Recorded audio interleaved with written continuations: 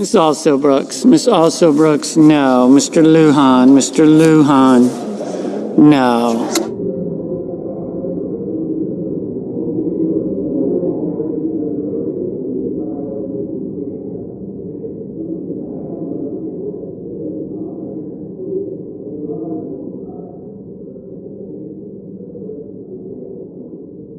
Mr. Marshall, aye.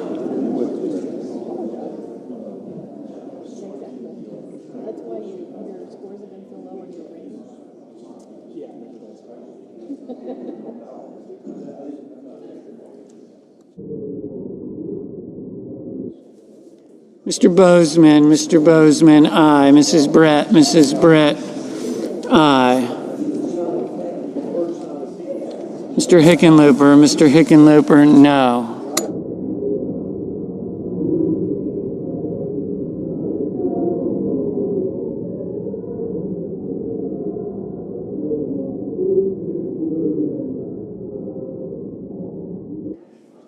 Mr. Grassley, aye.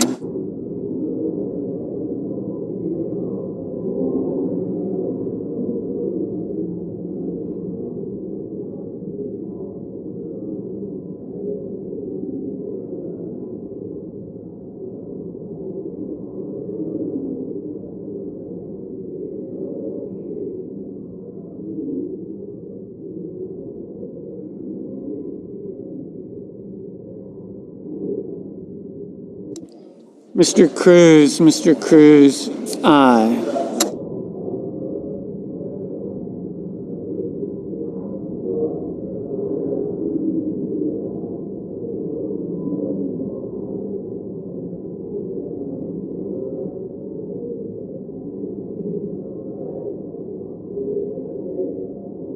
Mr. Gallego, no. Miss Lamas, aye. Mr. Haggerty, aye.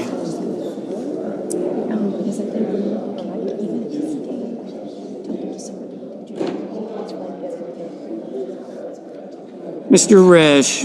Risch, aye. Mr. Schatz, no.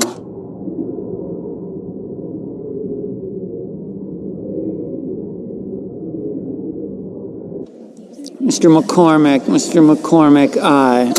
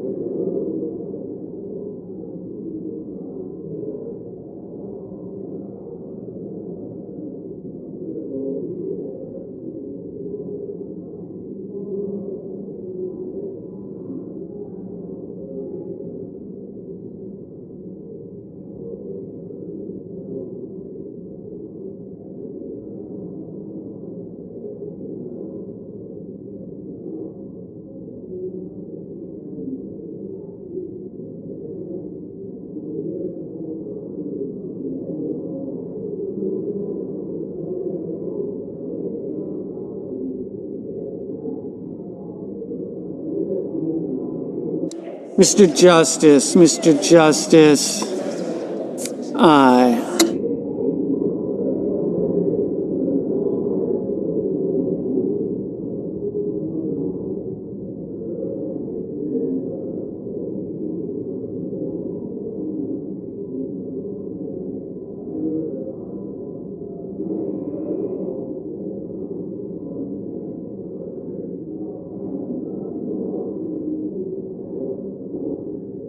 Ms. Blunt-Rochester, Ms. Blunt-Rochester, no. Mr. Hoven, aye.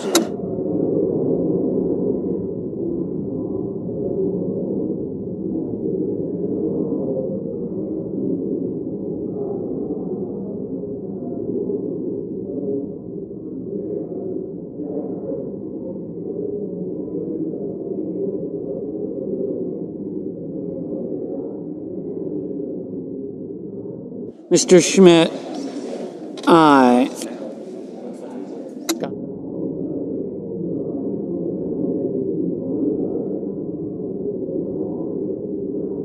Mr. Warnock, no.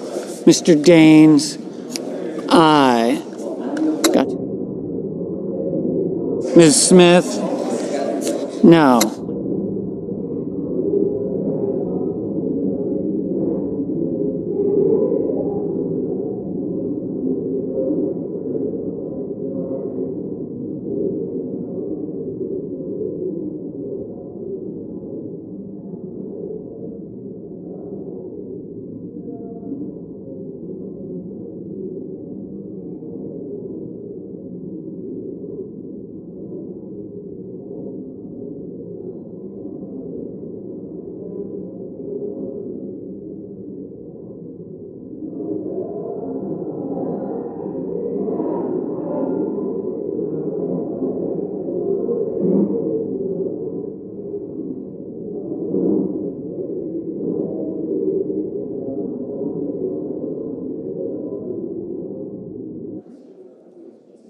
Mr. Tillis, aye. Ms. Warren, no.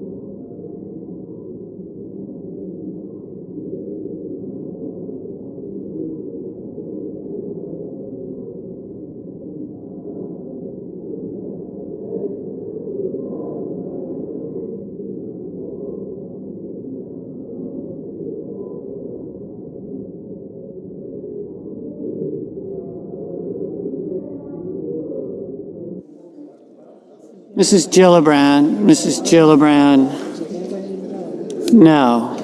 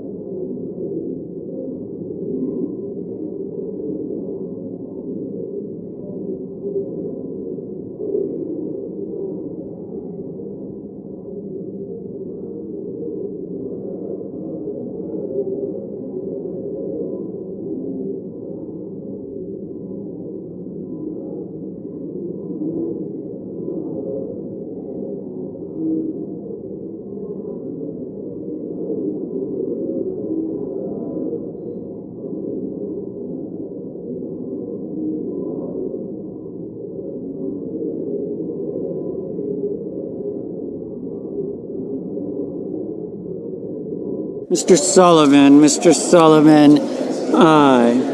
Mr. McConnell, aye.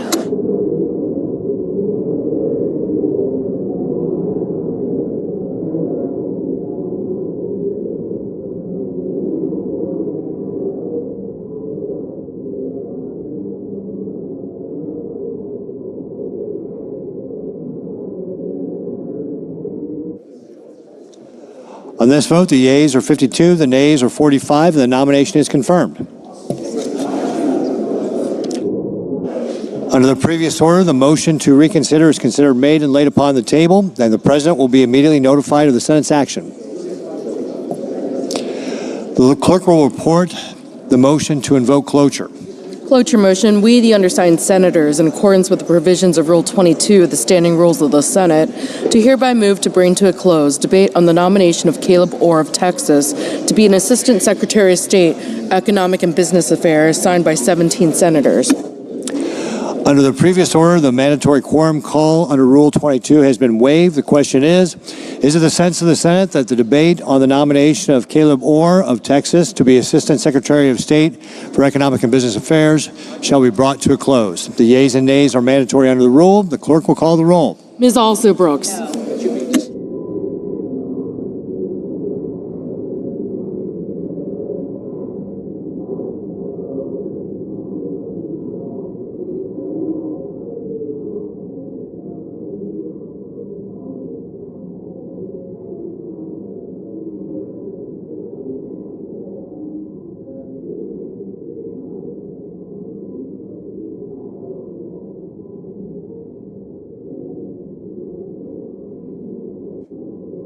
Ms. Baldwin.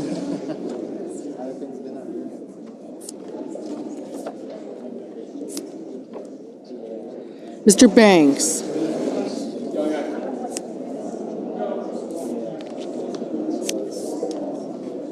Mr. Barrasso. Mr. Bennett. Mrs. Blackburn. Mr. Blumenthal.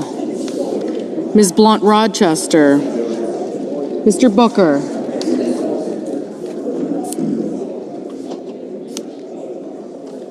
Mr. Bozeman.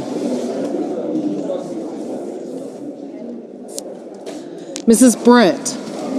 Mr. Budd. Ms. Cantwell. Mrs. Capito. Mr. Cassidy. Ms. Collins.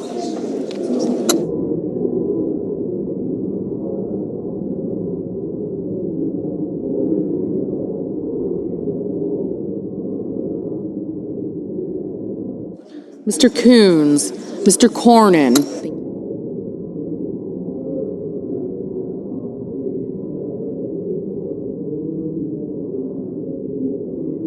Ms. Cortez Masto, Mr. Cotton, Mr. Kramer, Mr. Crapo,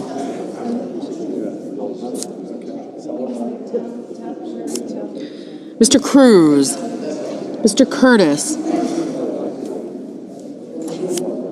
Mr. Daines, Ms. Duckworth, Mr. Durbin, Ms. Ernst, Mr. Fetterman, Mrs. Fisher, Mr. Gallego, Mrs. Gillibrand, Mr. Graham, Mr. Grassley, Mr. Haggerty,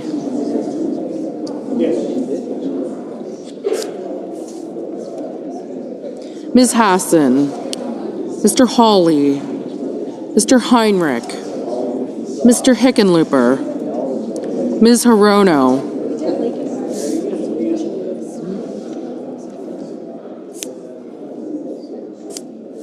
Mr. Hoven, Mr. Husted, Mrs. Hyde-Smith, Mr. Johnson, Mr. Justice, Mr. Kane,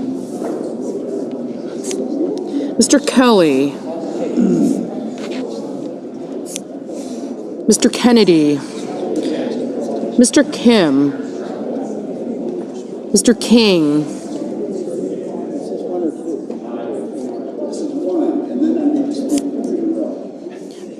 Ms. Klobuchar, Mr. Langford, Mr. Lee, Mr. Lujan, Ms. Lummis, Mr. Markey, Mr. Marshall,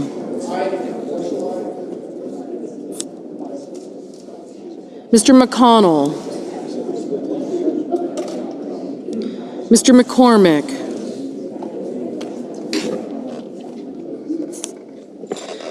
Mr. Merkley, Mrs. Moody, Mr. Moran,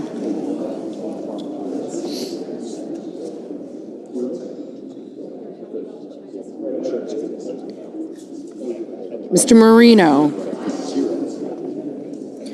Mr. Mullen, Ms. Murkowski, Mr. Murphy,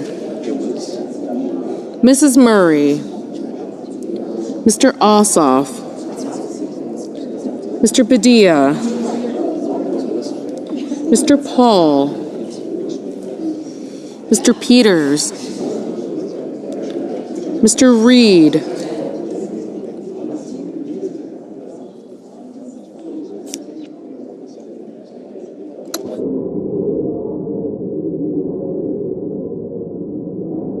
Mr. Ricketts, Mr. Risch, Ms. Rosen, Mr. Rounds, Mr. Sanders, Mr. Schatz,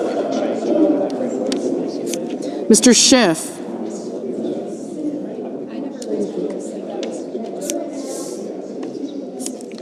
Mr. Schmidt, Mr. Schumer, Mr. Scott of Florida, Mr. Scott of South Carolina, Mrs. Shaheen, Mr. Sheehy, Ms. Slotkin, Ms. Smith, Mr. Sullivan, Mr. Thune, Mr. Tillis, Mr. Tuberville, Mr. Van Hollen, Mr. Warner, Mr. Warnock, Ms. Warren, Mr. Welch, Mr. Whitehouse, Mr. Wicker, Mr. Wyden, Mr. Young.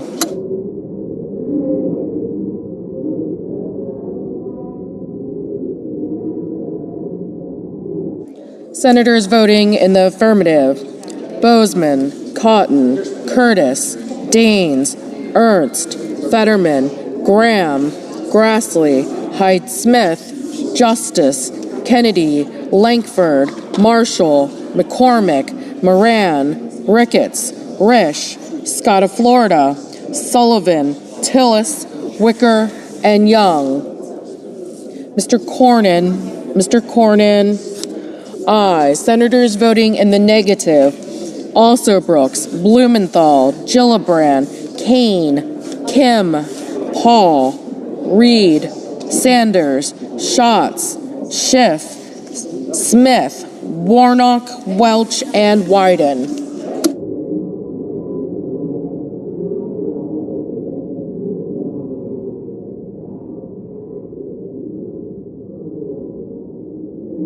Mr. McConnell,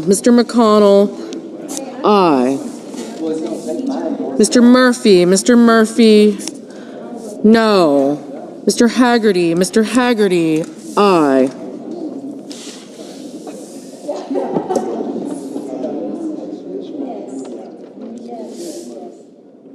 Ms. Cantwell, no. Ms. Murkowski, aye.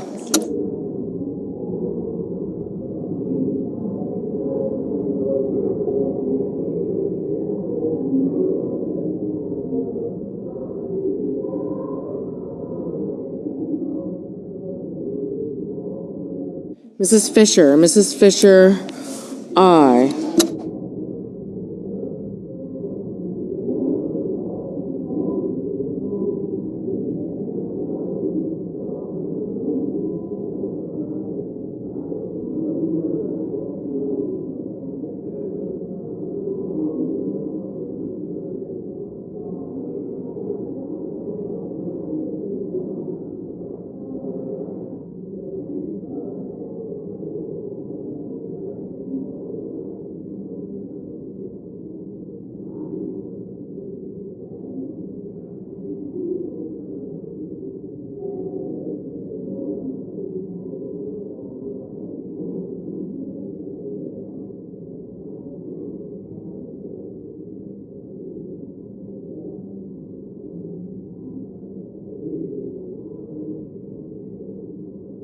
Mr. Heinrich, Mr. Heinrich, no.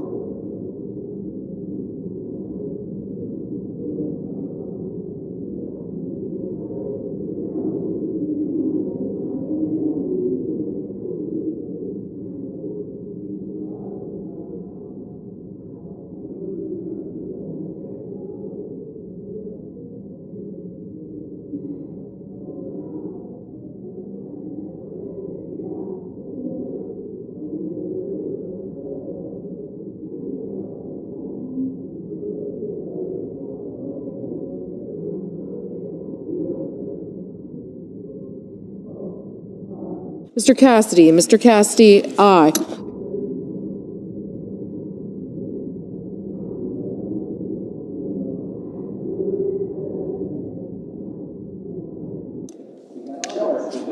I guess this might last through the week.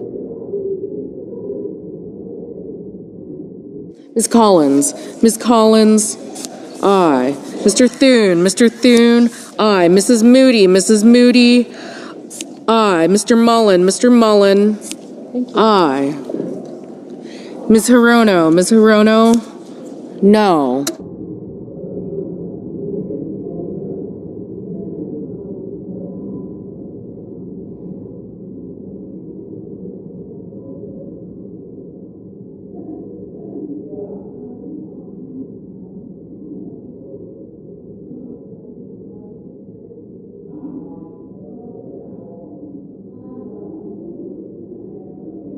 Ms. Blunt Rochester, no. Lummis, aye. Ms. Lummis, aye.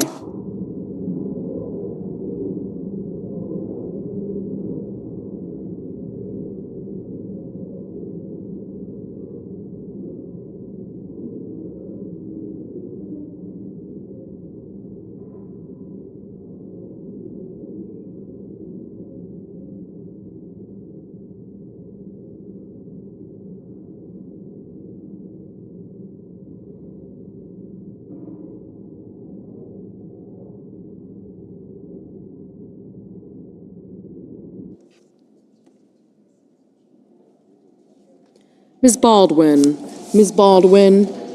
no. Ms. Duckworth, no.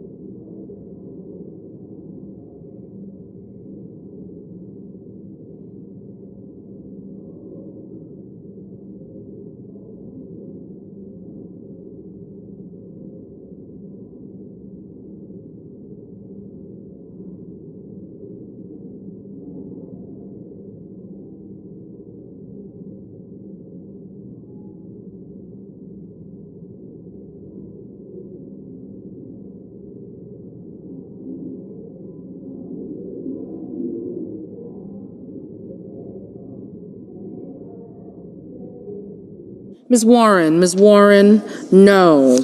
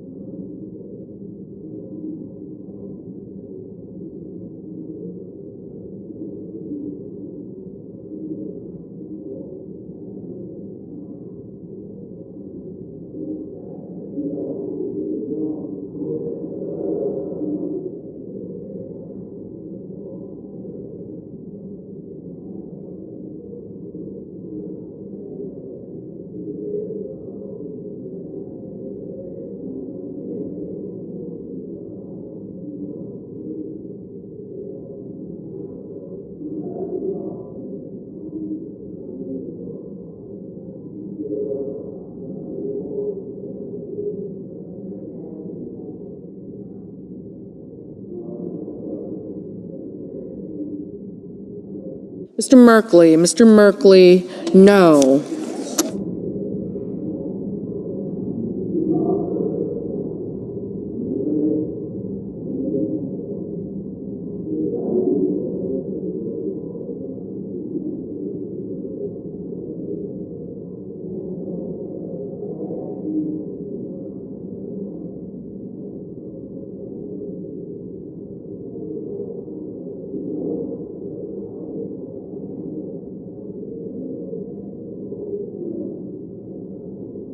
Mr. Budd, aye.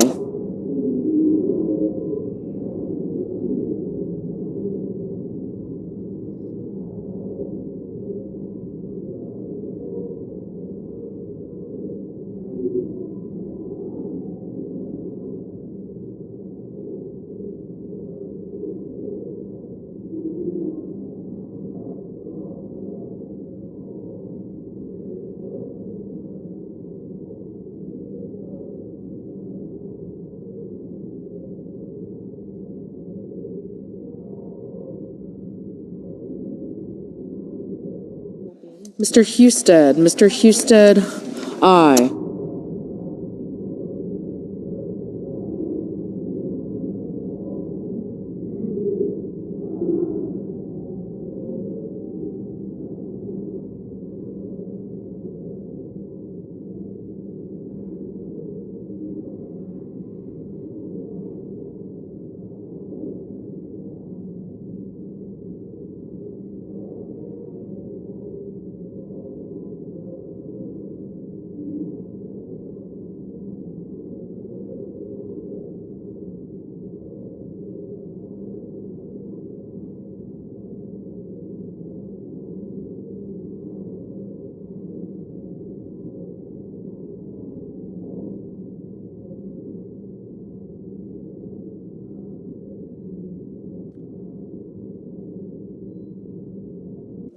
Mr. Hickenlooper, no.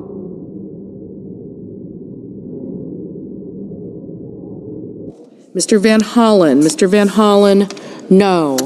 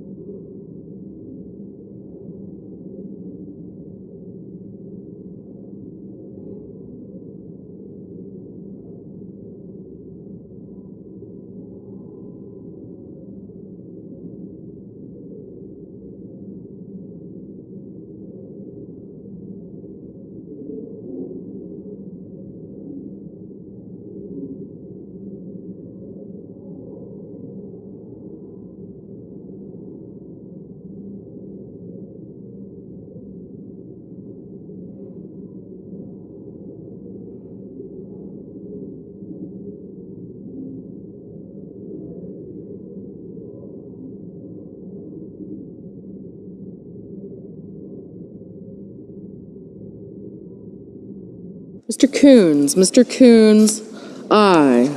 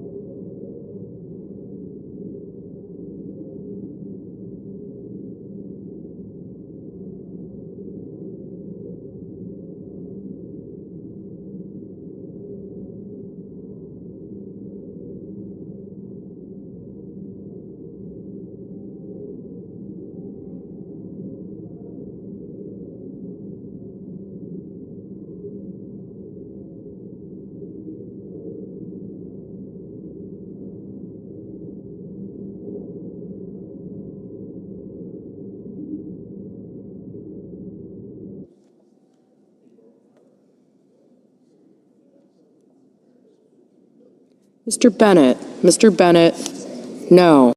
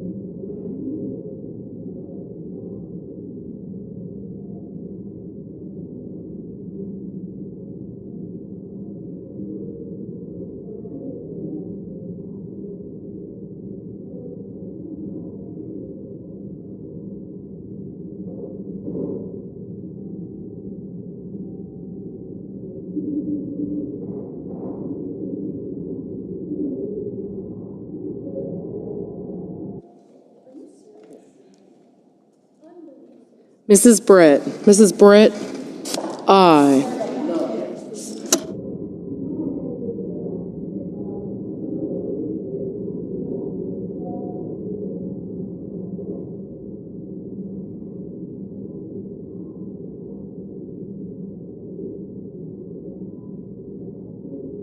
Mr. Lujan. Mr. Lujan, no.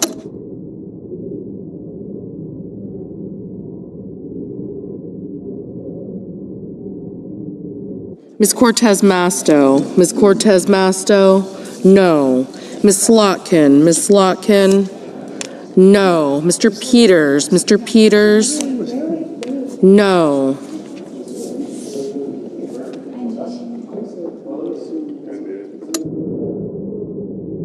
Mr. Moreno. Mr. Moreno, aye.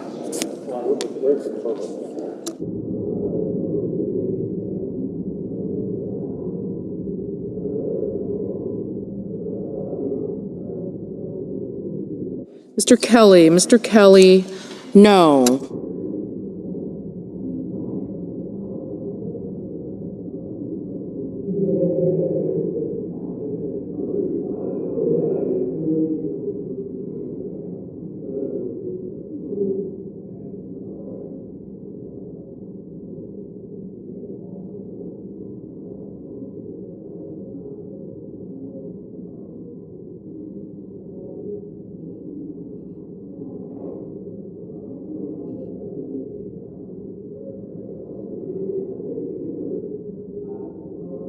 Mr. Gallego. Mr. Gallego, no.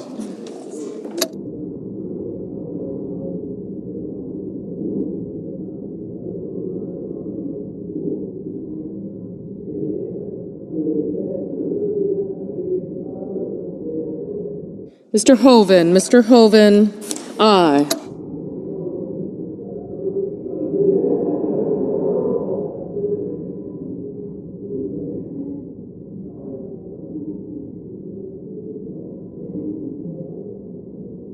Mr. Ossoff. Mr. Ossoff, no.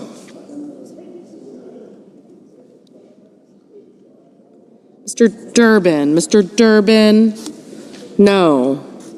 Mrs. Capito. Mrs. Capito, aye.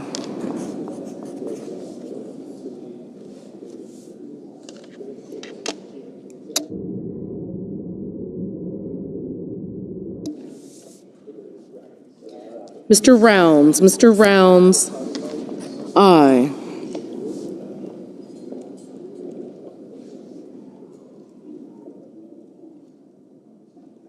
Mr. Schmidt. Mr. Schmidt, aye.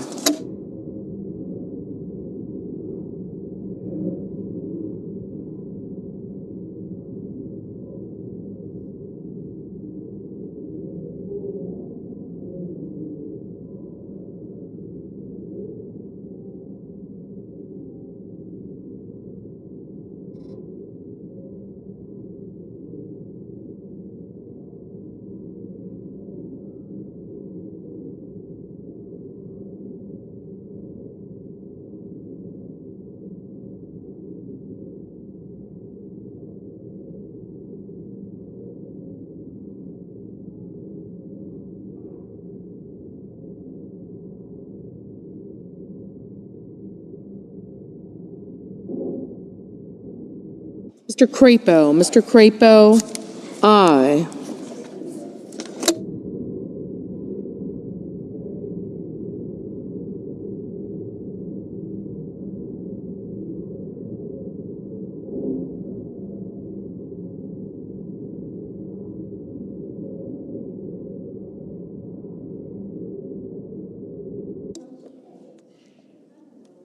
Ms. Rosen. Ms. Rosen, no.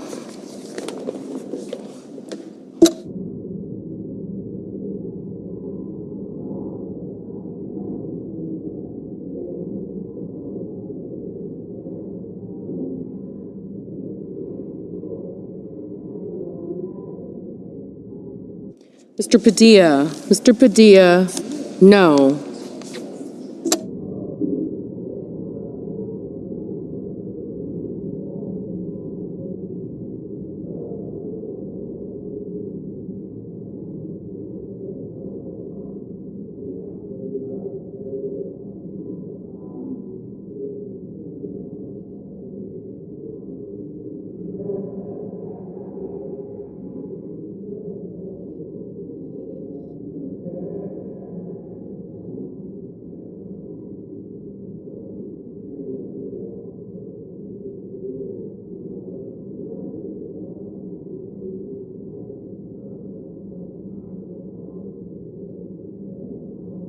Mr. Kramer. Mr. Kramer, aye.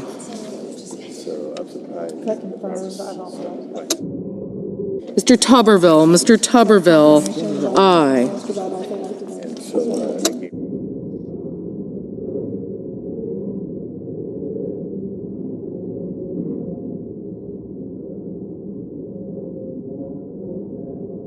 Mr. Warner. Mr. Warner, no.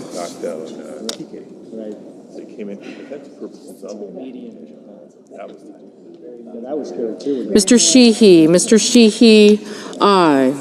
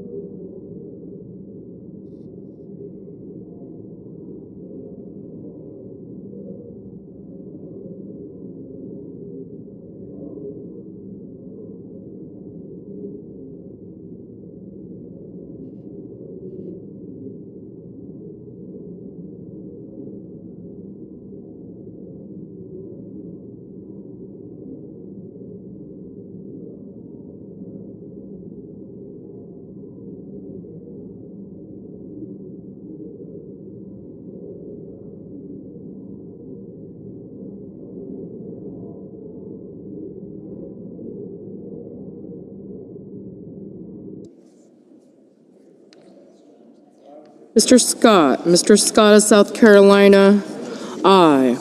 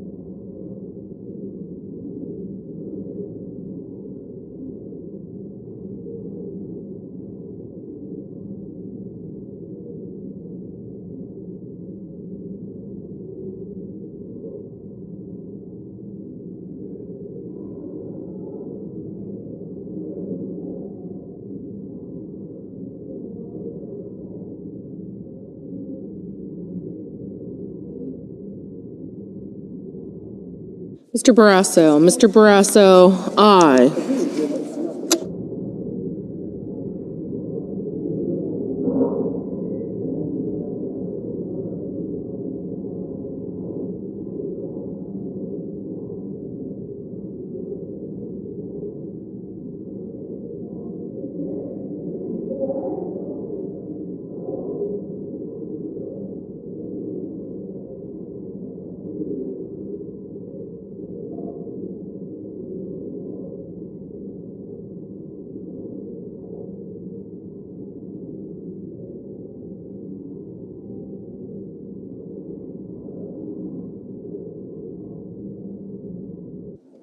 Ms.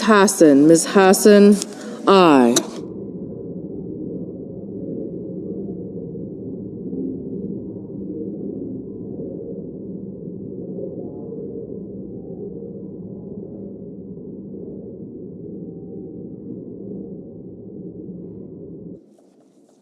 Mr. Banks, aye.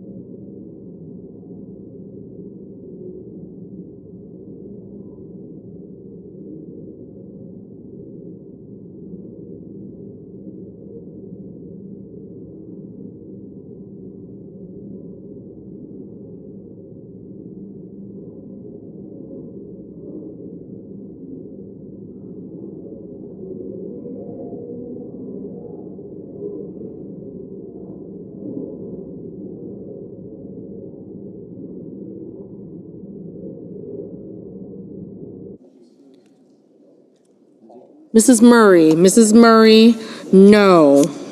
Mr. Hawley, aye.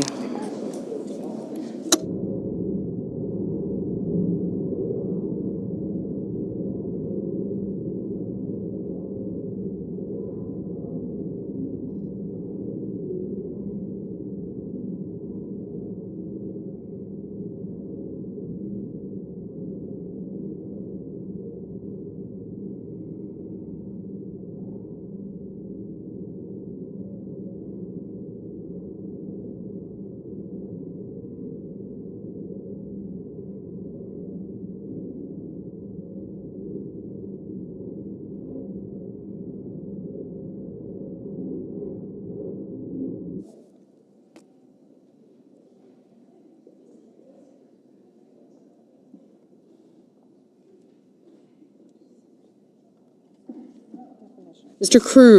Cruz, aye. Mrs. Blackburn, aye.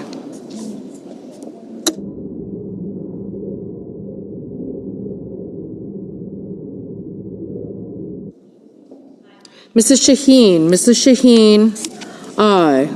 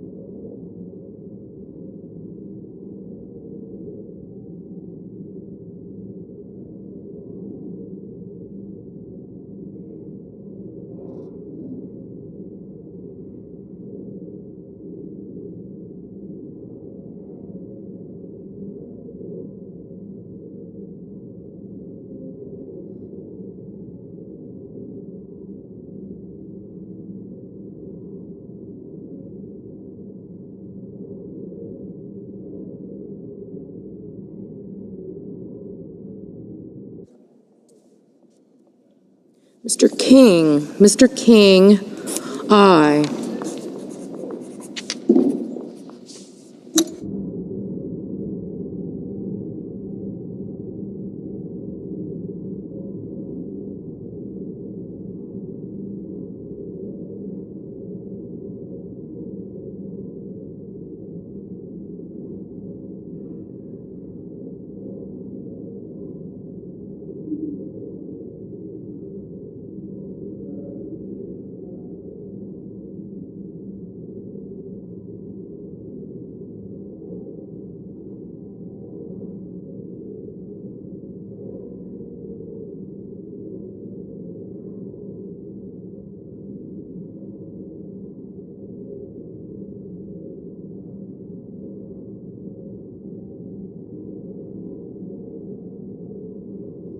Mr. Johnson. Mr. Johnson, aye.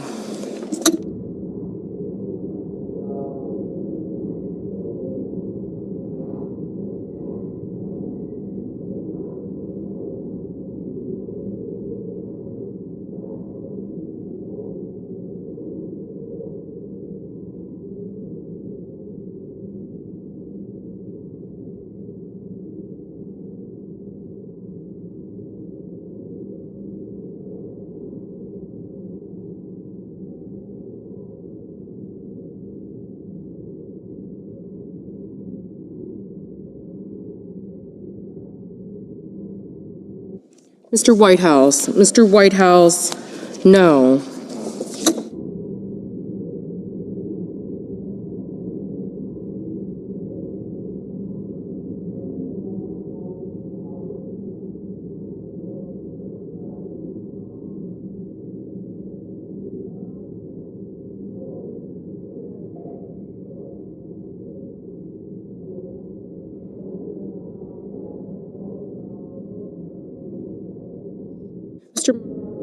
Mr. Markey, no.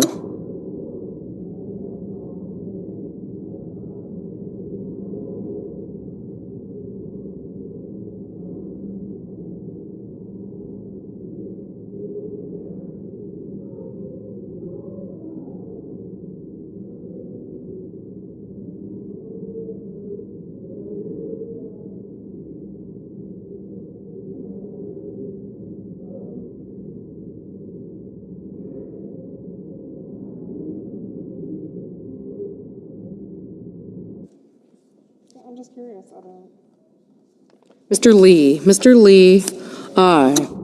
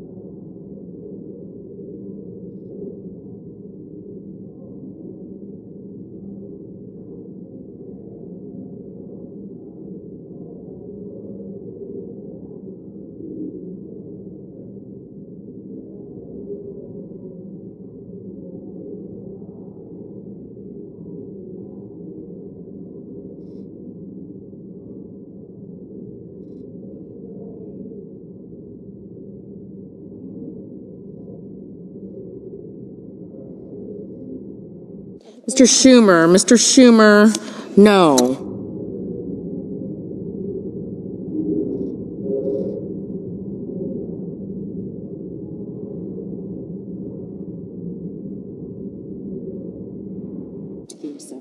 Exciting.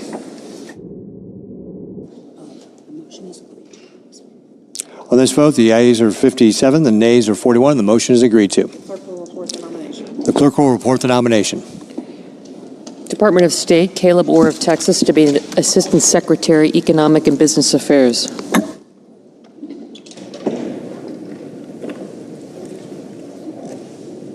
Mr. President. Senator from Kentucky.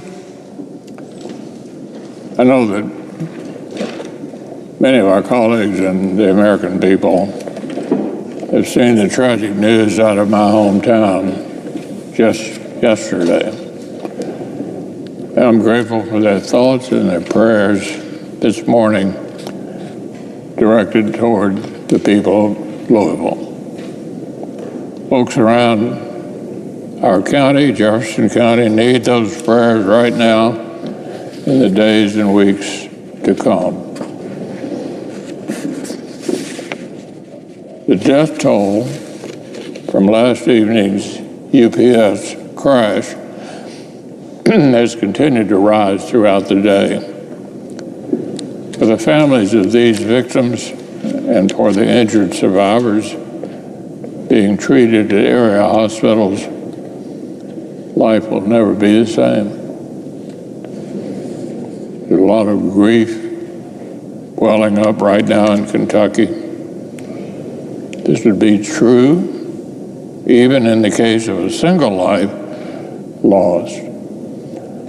But as local first responders, state officials, and federal investigators continue their work today, I'd like to help our colleagues understand what makes this tragedy such a gut punch in a place like Louisville. During the day, Louisville International hums with thousands of passengers from all across the country. But around the clock, Louisville is also a hub for global shipping and logistics, business supplies, consumer goods, Christmas gifts. If it's going somewhere in short order, there's a very good chance it's passing through UPS Worldport in my hometown of Louisville. None of this is possible without teams of devoted professionals. Louisville is home to logistic experts, warehouse workers, aircraft crew, and maintenance. They take pride in their work, and their community takes pride in them. That's why this crash cuts so deep. It's about all of us. Today, Jefferson County schools and many local businesses are completely closed. Neighbors are mourning neighbors, so today will be a tough day in the Commonwealth. But the people of Louisville are grateful for the swift, life-saving efforts of our first responders from local police, fire, and EMS. They can trust in the prayers of their fellow Americans. And I want them to know that their representatives here in Washington are making sure that every federal resource they need is on the ground and headed their way soon. I spoke with Mayor Greenberg this morning, and my team and I will continue to stay in close contact with local, state, and federal officials, including at the FAA and the NTSB in the coming days. But first and foremost, I'm keeping my fellow Kentuckians in my prayers and asking our colleagues to do the same.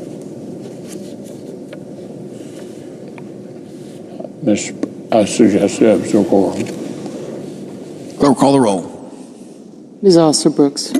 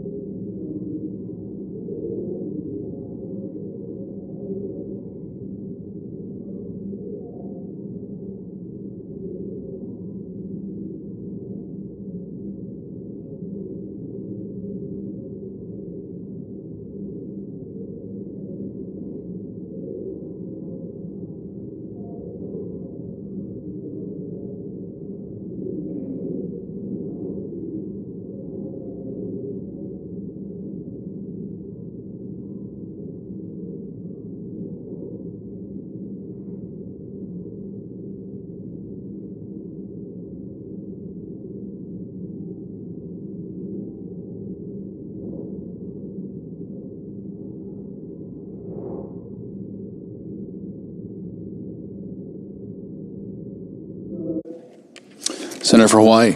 I ask unanimous consent to vitiate the quorum call, Can you clarify your request? just to get rid of the quorum call. Yes, without objection. Thank you very much. Mr. President, this is exactly what it looks like.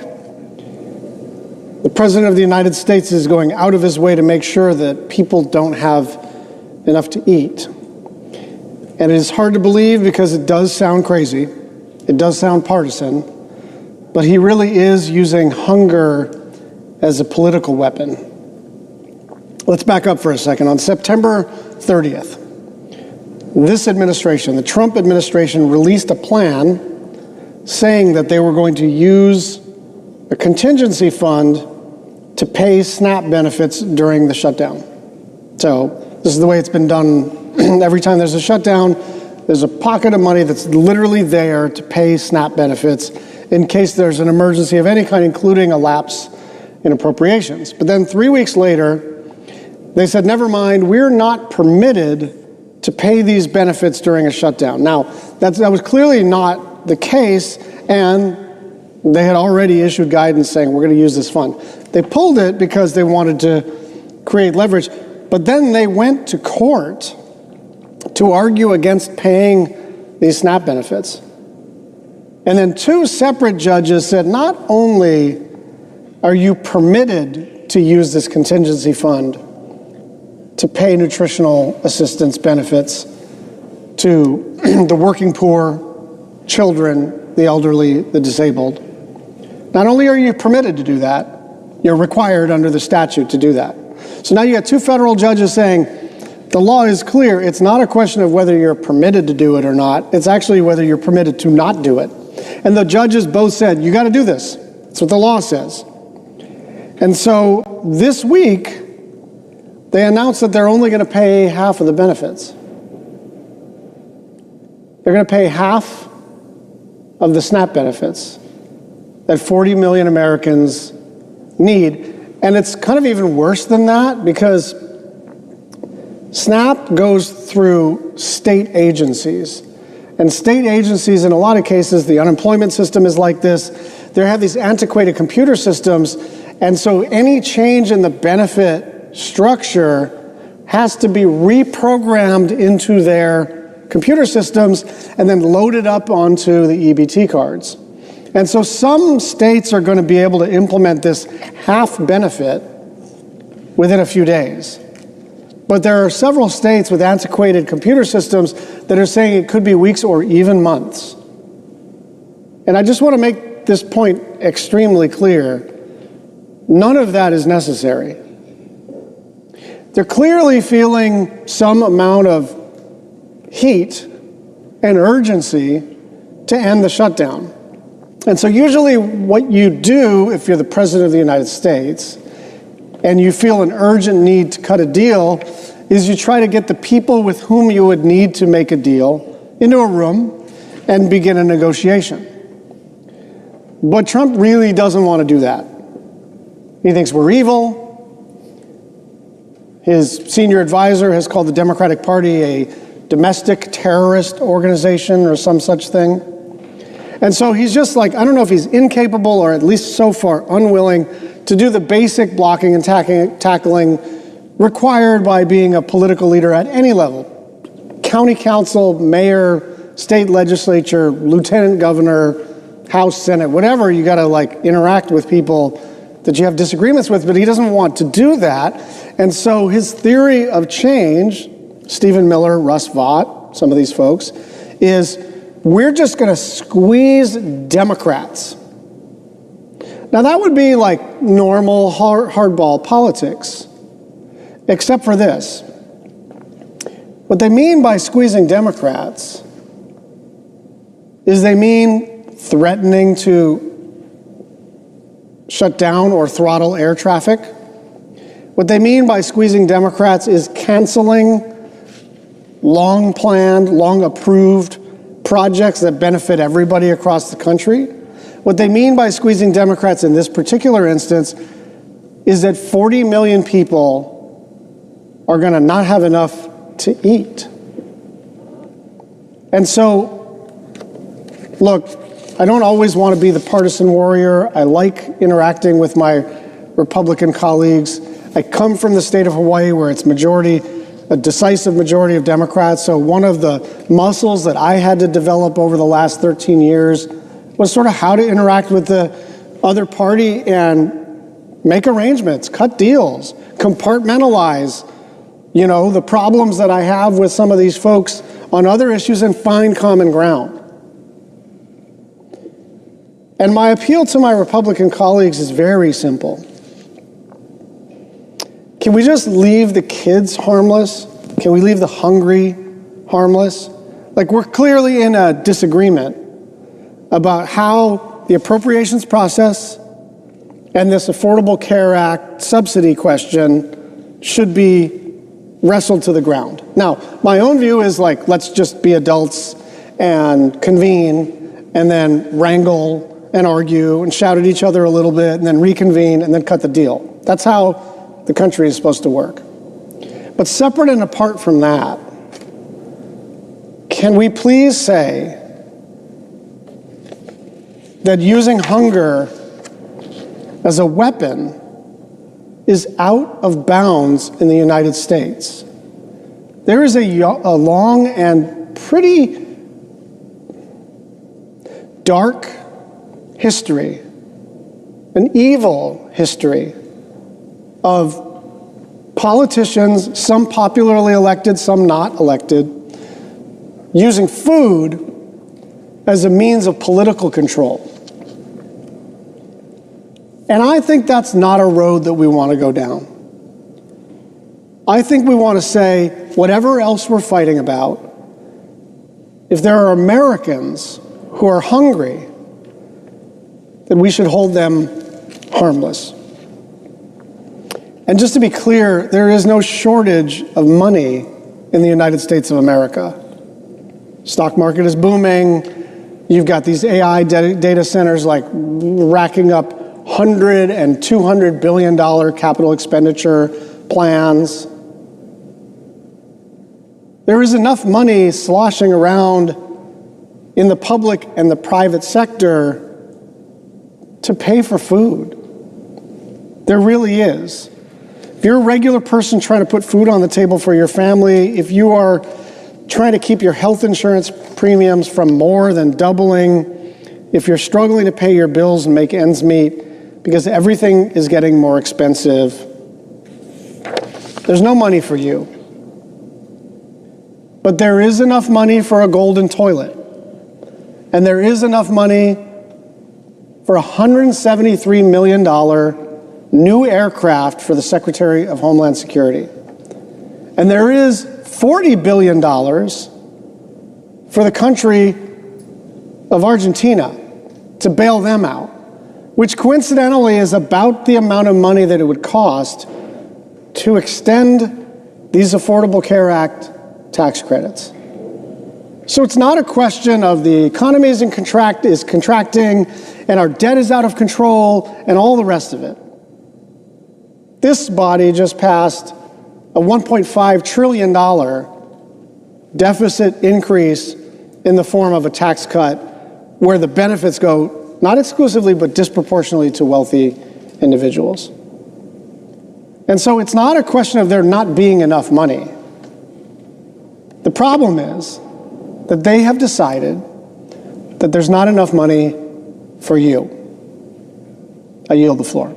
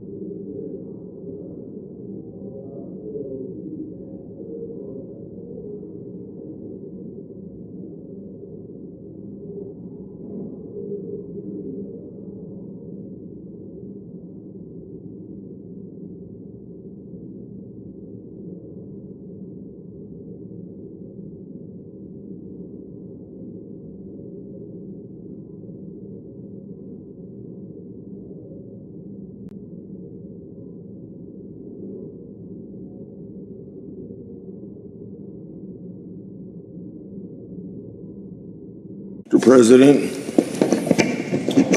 Senator from Iowa. Thank you, Mr. President. I come to the Senate floor today to express my concern about recent attacks on the legitimacy of the judicial branch of government. A fair and neutral judiciary plays a very indispensable role in our constitutional structure. Judges wield enormous power, and their decisions determine the legal rights of the parties before them. One especially potent power of the judiciary is the practice of judicial review.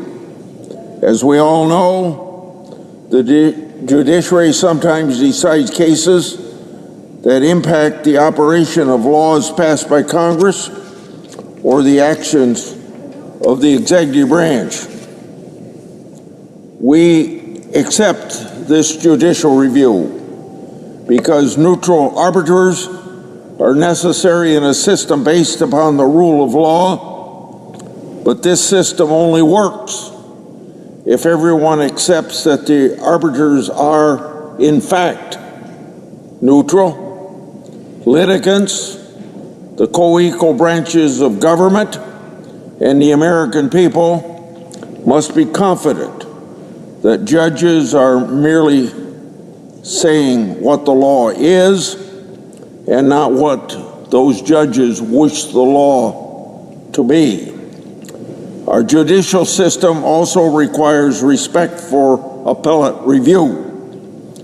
The federal courts are hierarchical, and the rule of law depends on public confidence that lower courts will faithfully apply and respect the decisions of the higher courts. It's no surprise that some people are not always happy with how the courts exercise judicial power.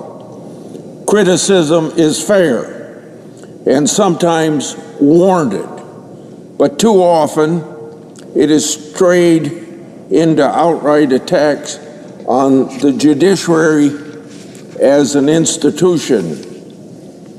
Today, however, I'm here to discuss attacks on the judiciary coming particularly from a concerning place, that is, within the judiciary itself. It's one thing for the political branches or the public to criticize the Supreme Court. It's entirely different for federal judges themselves to undermine their own branch of government. In two high-profile instances in the last few months, numerous judges have anonymously, as you might expect, gone to the press to denigrate the Supreme Court, and this ought to be deeply concerning, not only to this senator, but the public at large. On September 4th, 2025, NBC News published a report alleging that 12 federal judges gave anonymous interviews, and 10 of them took that opportunity to criticize the Supreme Court. One judge described the Supreme Court's conduct as, quote, unquote, inexcusable. And another judge said the Supreme Court, quote, is effectively assisting the Trump administration in undermining the lower courts, end of quote. Then we have a big hit piece by the New York Times on October the 11th, 2025. That newspaper ran a story where they sought out judges specifically to criticize the Supreme Court. the Times approached 400 of the almost 1,500 federal judges with questionnaires. The Times intentionally solicited judges in districts that litigants considered to be unfavorable to the current president. Of the 400 judges approached, thank God only a small percentage took the offer. I think this is an important point. Then we can draw the conclusion most federal judges didn't take the bait of the New York Times because it violated the ethics of the judiciary. So only a small percentage did, but that's still a fabulous 65 judges responding to the Times questionnaire, and it happens that some responded with very harsh criticism. They gave the Times then the fodder that they needed to spin the narrative of a judiciary in crisis. The Times wrote, quote, "Federal judges called the Supreme Court emergency orders mystical, overly blunt, incredibly demoralizing and troubling," and another quote, "a slap in the face to the district courts." One judge compared their district's current relationship with the Supreme Court to, quote unquote, a war zone. Another said the courts were in the midst of, their words, a judicial crisis. I'm deeply concerned, and I hope the public at large is, that these public attacks on the court from sitting federal judges damage the public's faith and confidence in our judicial system.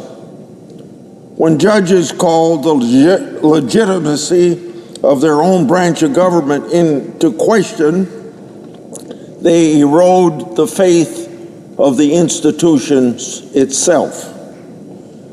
My colleague, the chairman of the Committee on Judiciary in the House of Representatives, shares these concerns.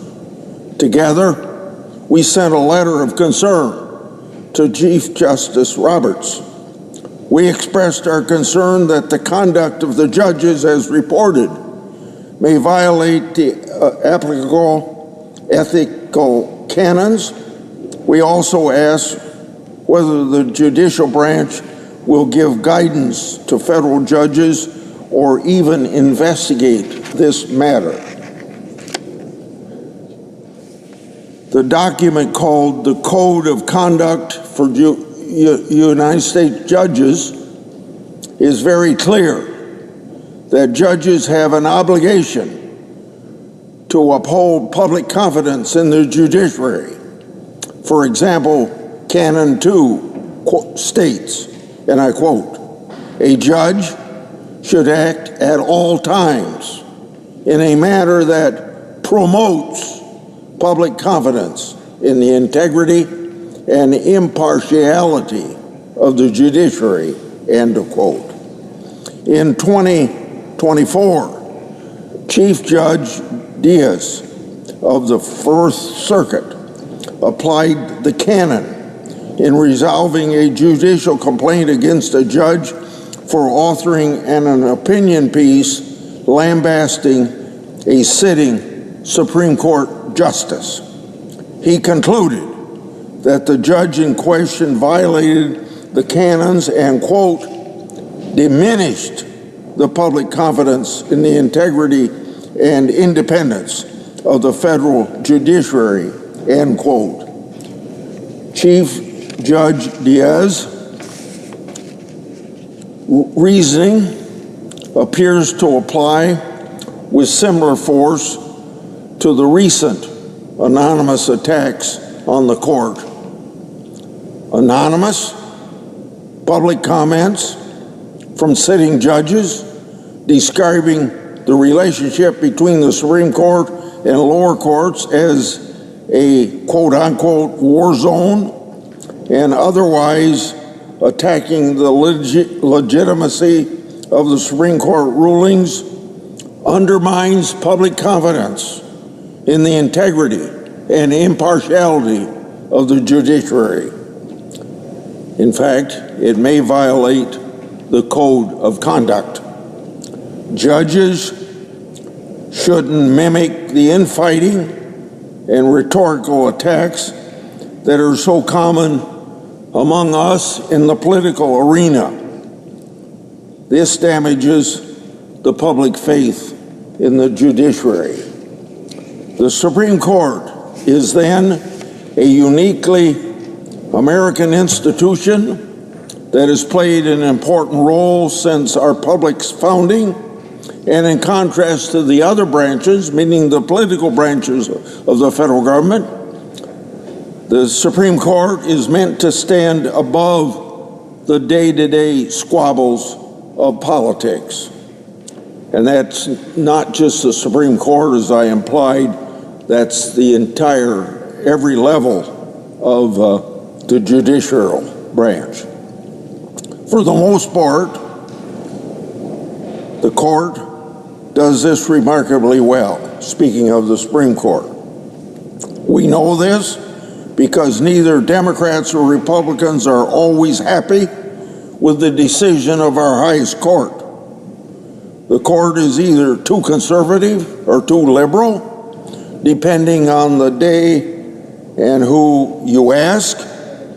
But at the bottom, the job of the court is not to please us or agree with us, but to say what the law is. In recent years, we've seen vicious attacks against the court from a variety of directions, many aimed at weakening public confidence in this important institution.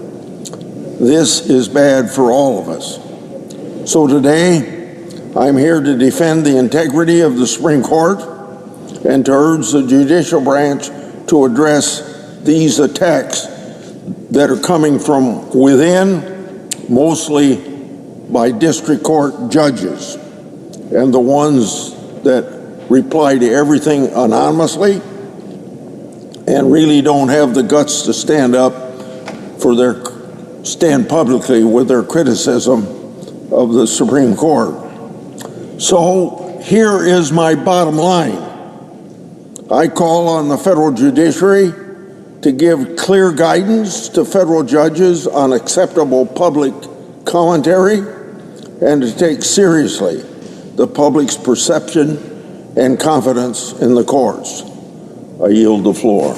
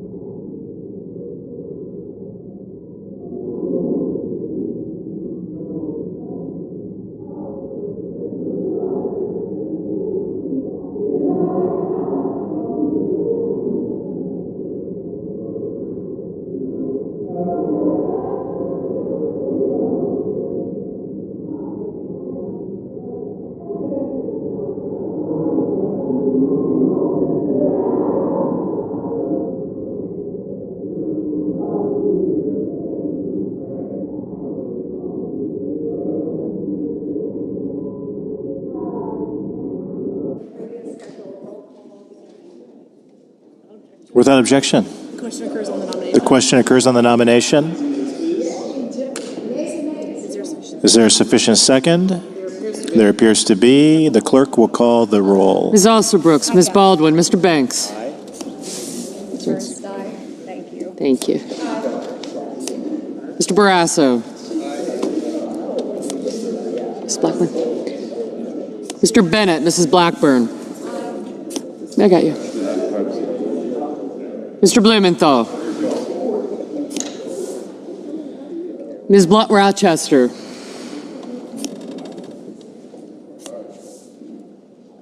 Mr. Booker. Mr. Bozeman. Mrs. Britt. Mr. Budd. Ms. Cantwell. Mrs. Capito. Mr. Cassidy. Ms. Collins. Mr. Coons. Mr. Cornyn. Ms. Cortez Masto. Mr. Cotton. Mr. Kramer. Mr. Crapo. Mr. Cruz. Mr. Curtis. Mr. Daines. Ms. Duckworth. Mr. Durbin.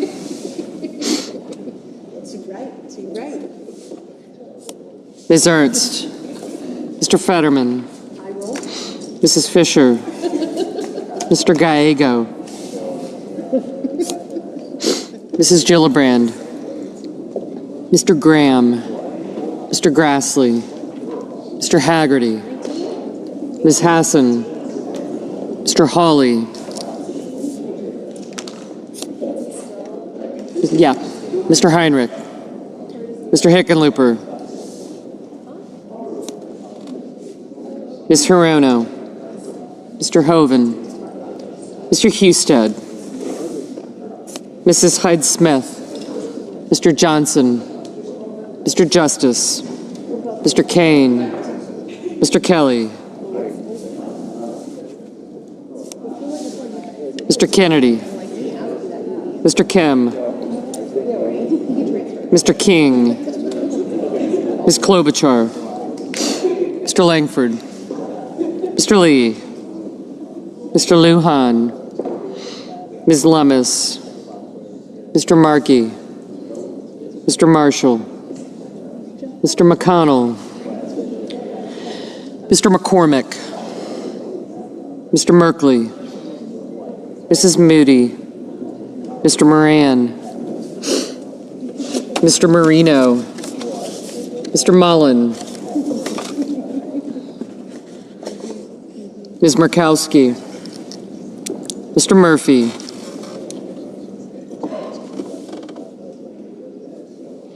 Mrs. Murray. Mr. Asaf. Mr. Padilla. Mr. Paul. Mr. Peters.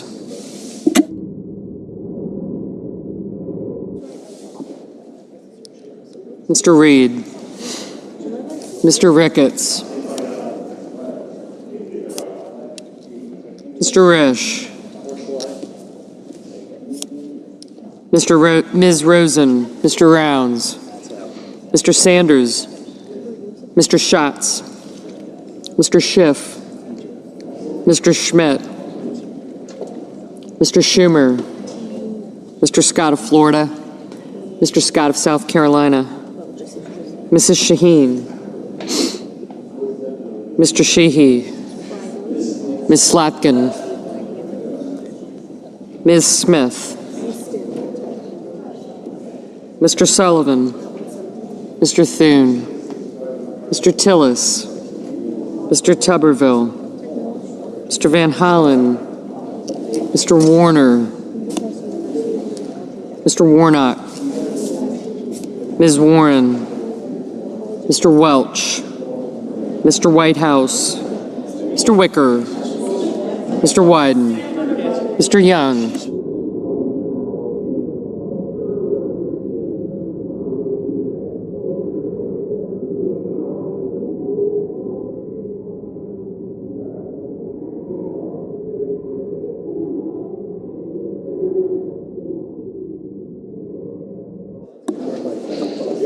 Senators voting in the affirmative: Banks, Barrasso, Blackburn, Crapo, Cruz, Daines, Ernst, Fisher, Graham, Grassley, Husted, Langford, Marshall, Moody, Marino, Mullen, Schmidt, Scott of Florida, Scott of South Carolina, Tuberville, Wicker, and Young. Mr. Kim voted in the negative.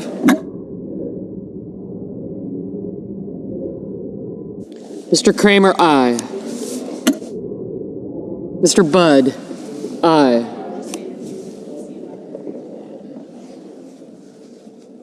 Ms. Smith, no. Mr. McConnell, aye. Mr. Marino, aye.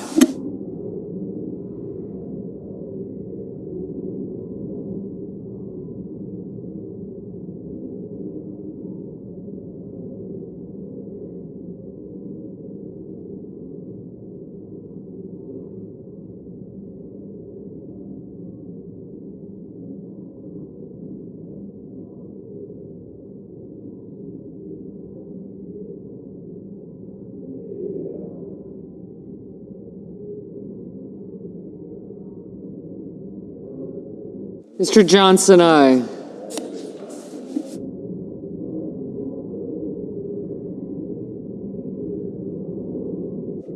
Mr. Lujan, no.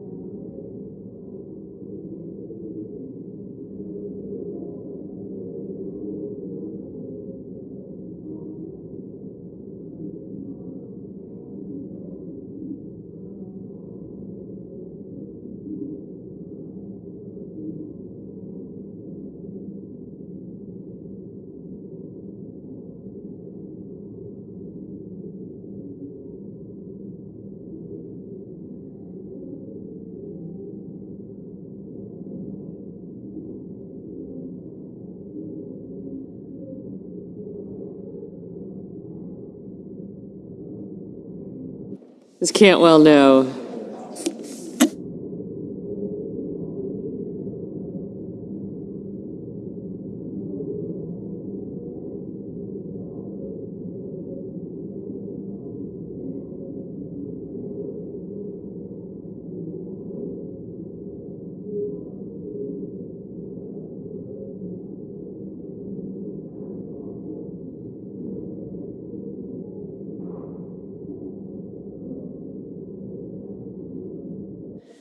Mr. Markey, no.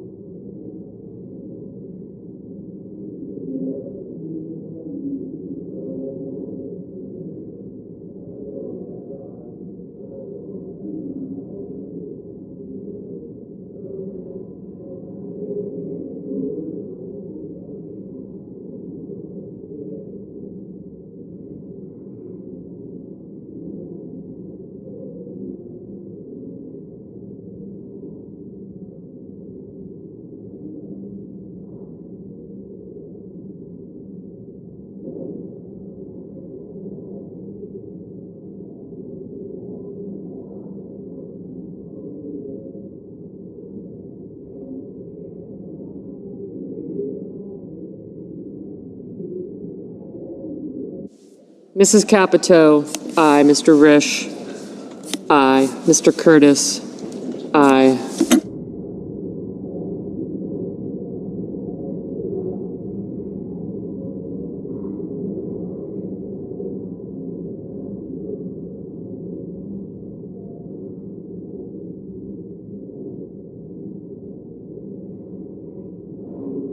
Mrs. Hyde-Smith, aye.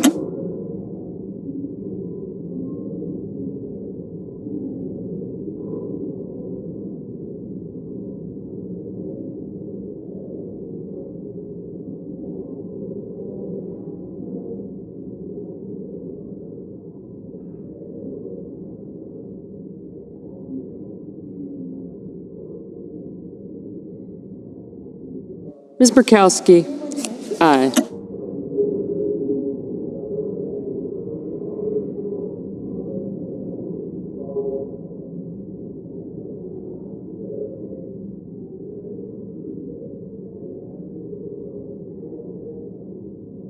Ms. Collins, aye.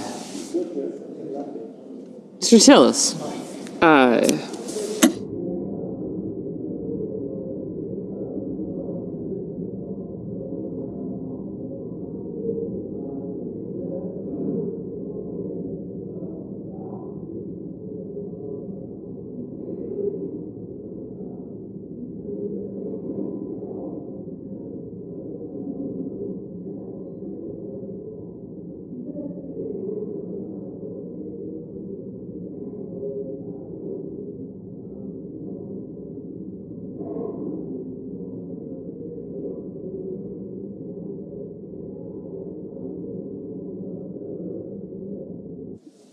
Mr. Reed, no.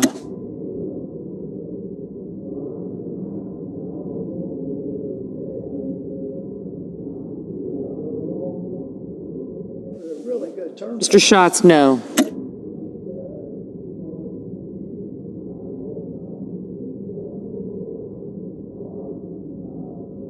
Mr. Heinrich, no.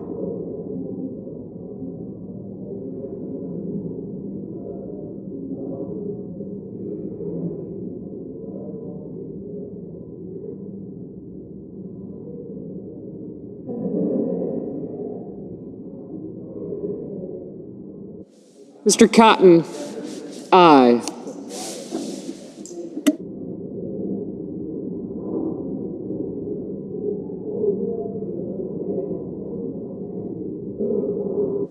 Mr. Schiff, no.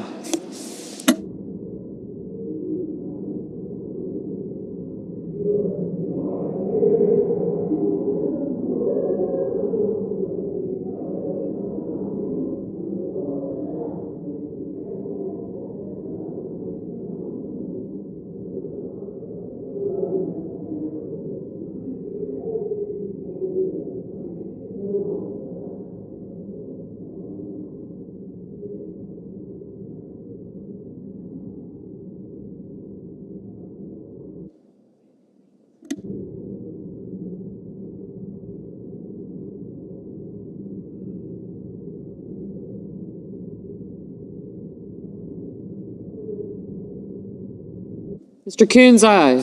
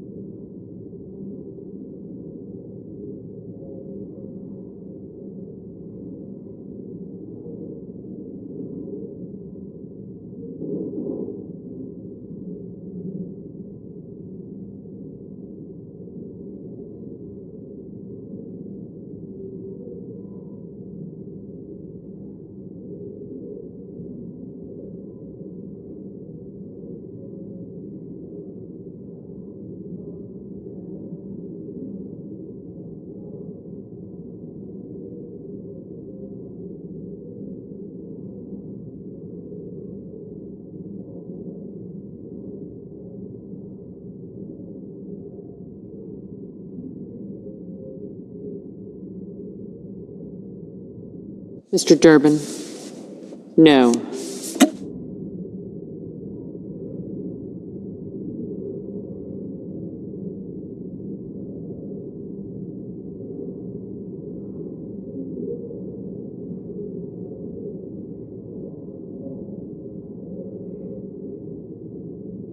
Mr. Fetterman, aye.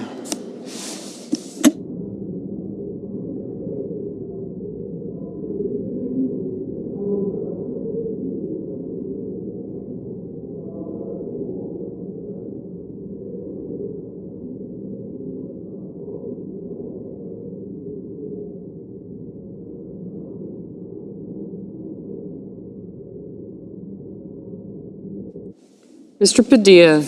No. Mr. McCormick? Aye. Mr. Whitehouse? No.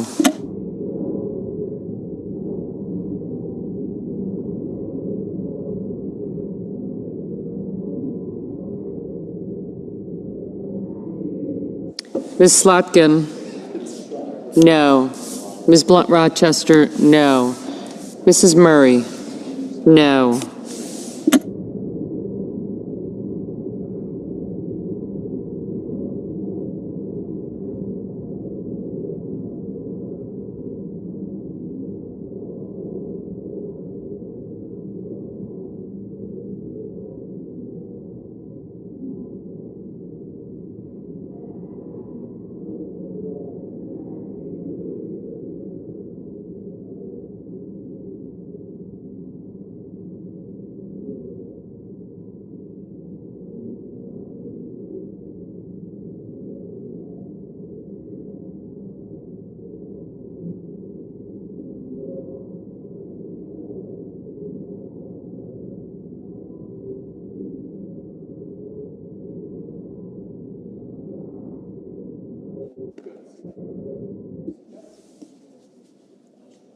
Ms. Hassan? Aye. Mr. Lee? Aye. Mr. Wyden? No.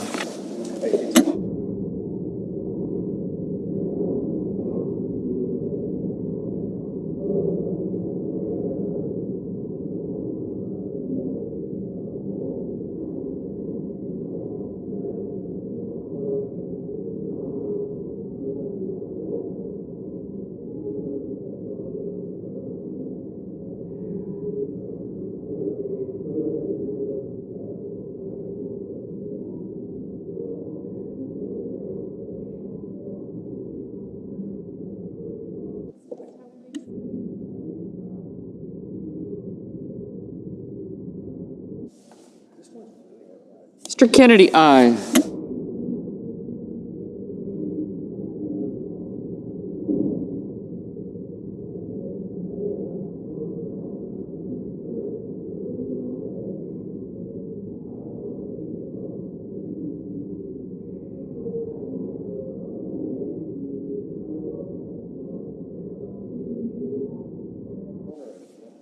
Mrs. Shaheen, aye.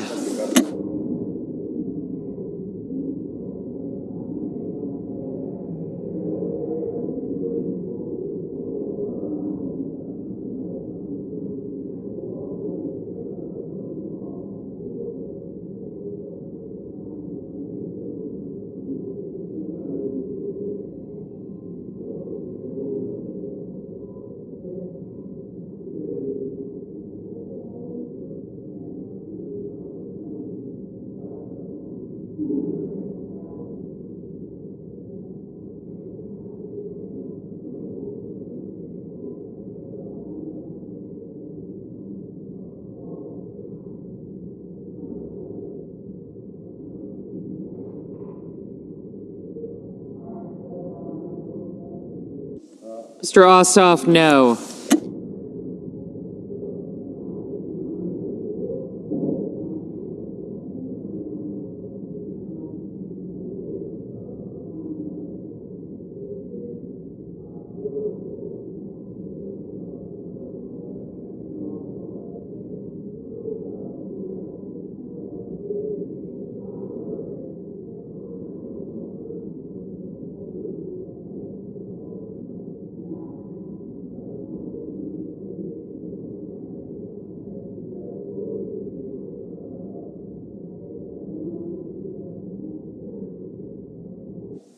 Mr. Warner.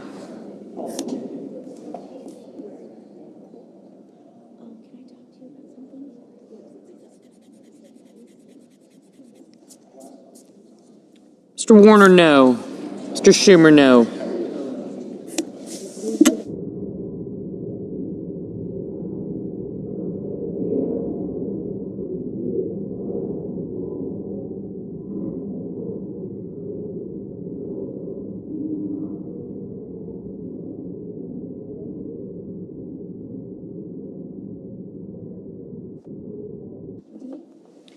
Mr. Merkley, no.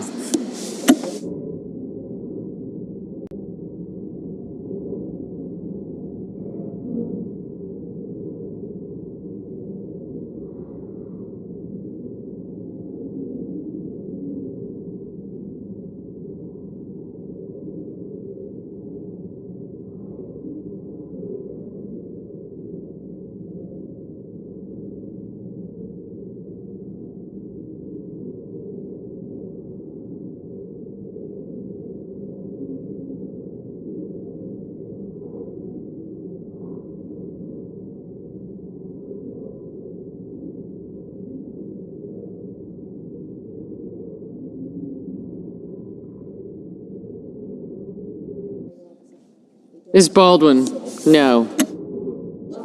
Mr. Gallego, no. Ms. Lummis, aye.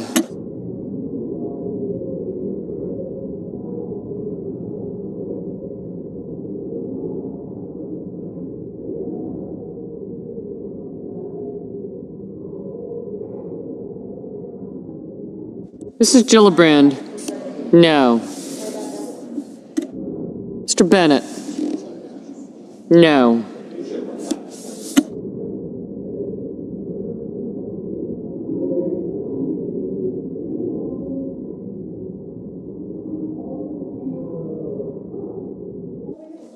Mrs. Britt, aye.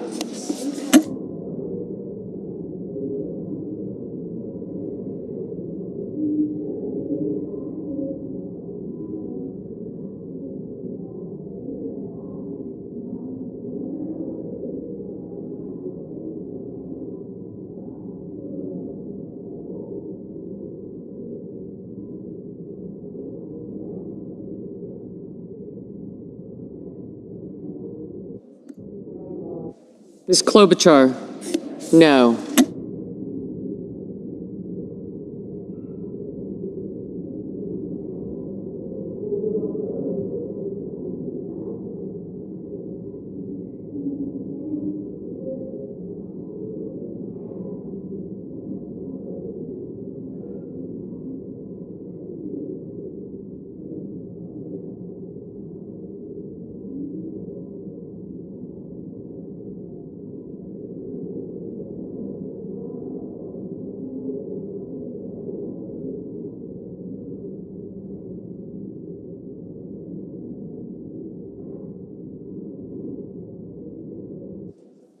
Mr. Murphy, no.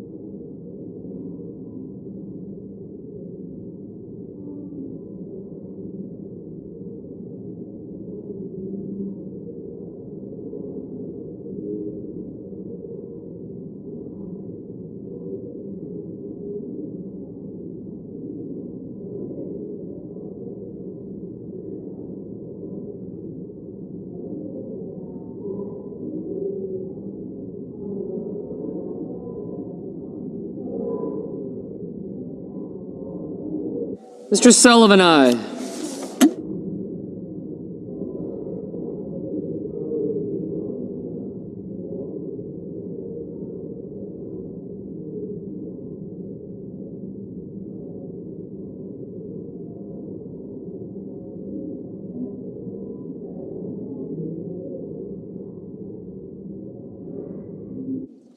Ms. Hirono, no. Mr. Peters, no. Ms. Warren, no.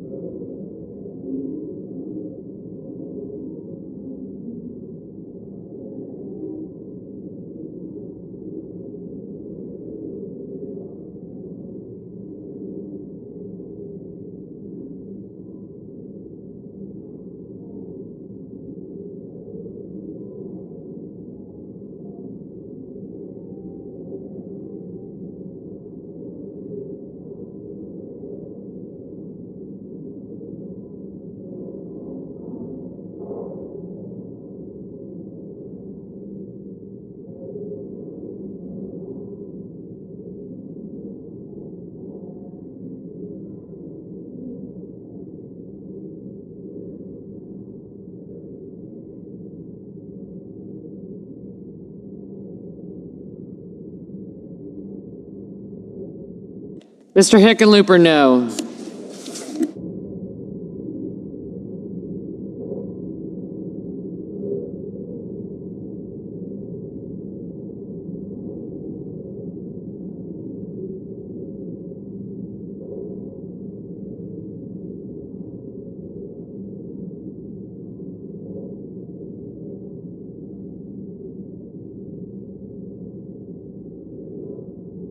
Mr. Haggerty, aye.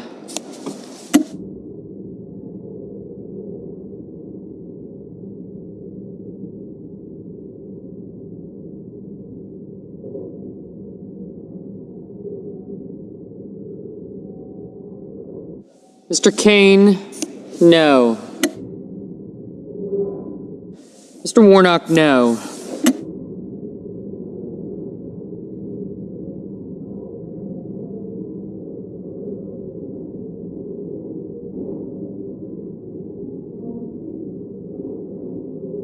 Mr. Booker, no.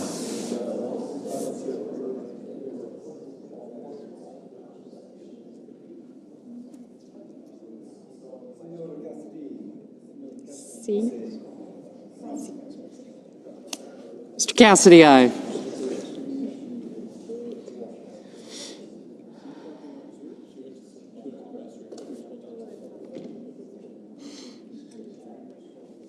Mr. Hoven, aye.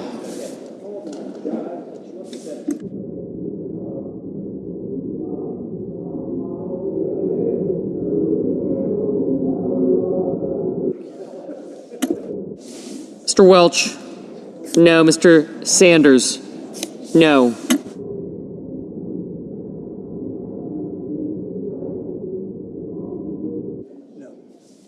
Mr. Paul, no.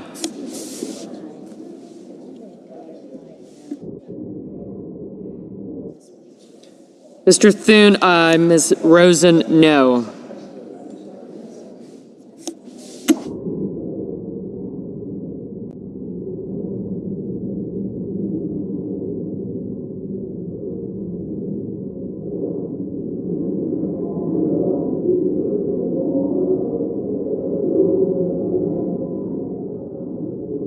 Mr. Sheehy, aye.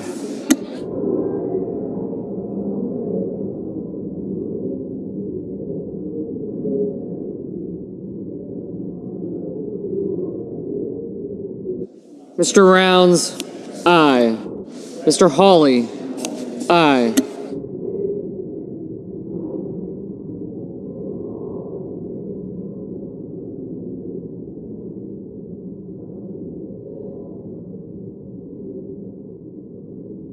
Mr. Justice, aye.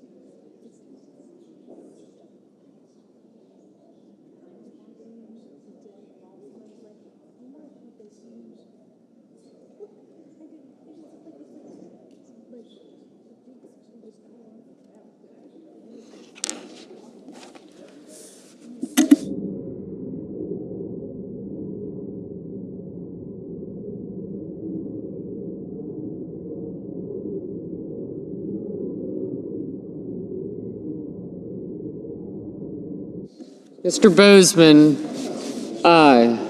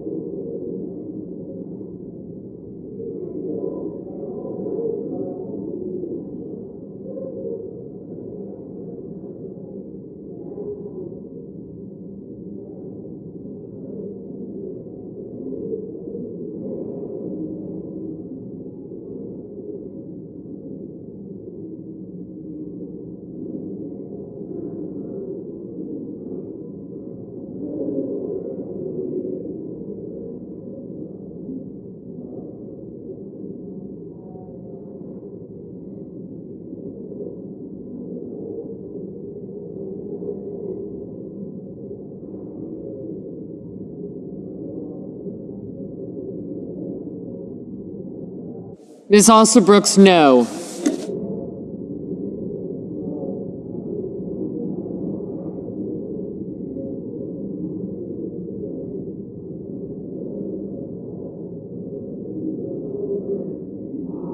Mr. Moran, aye.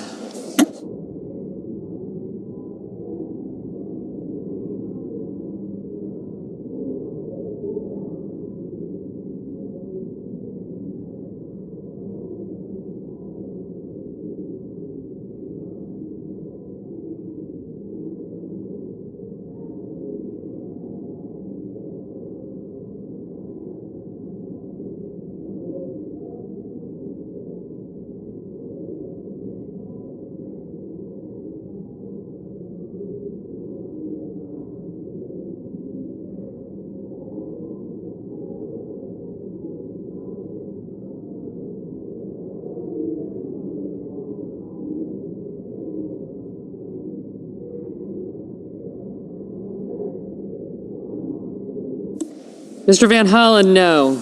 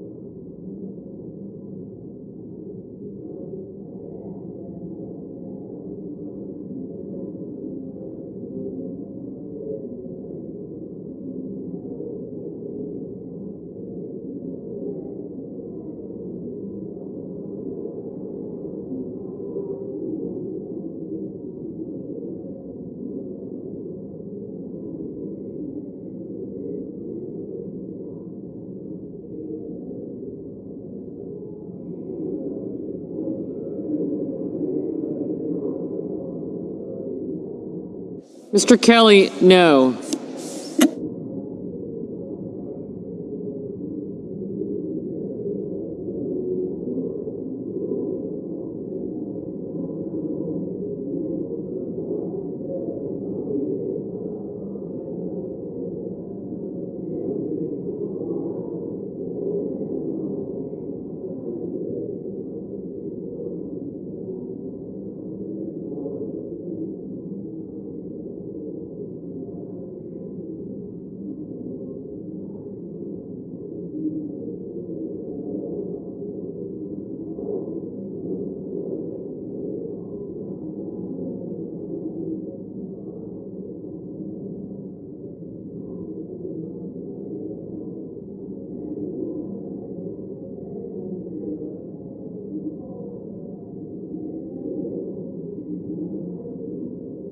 Ms. Cortez Masto, no.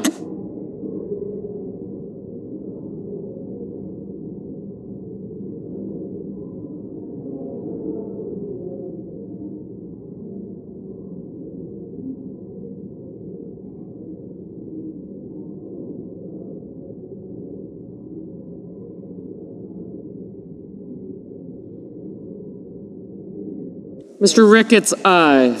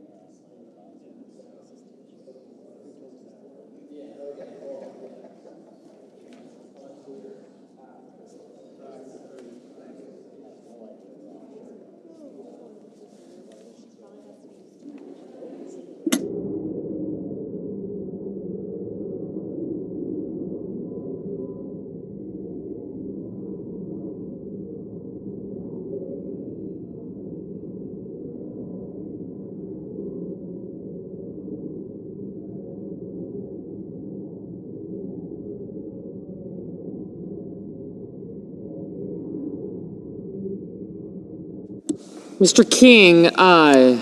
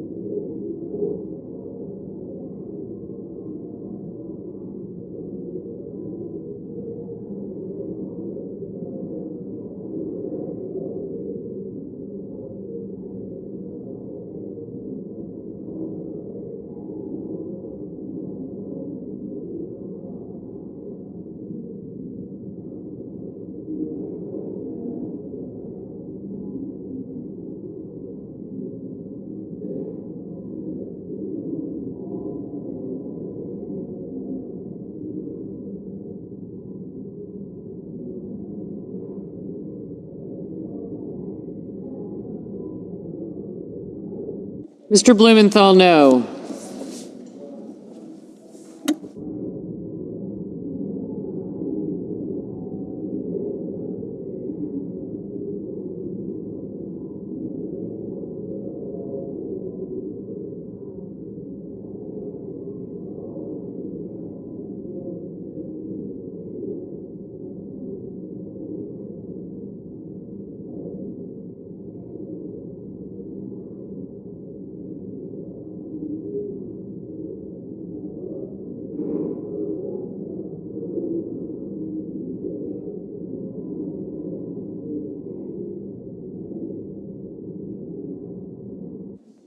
Mr. Cornyn, aye.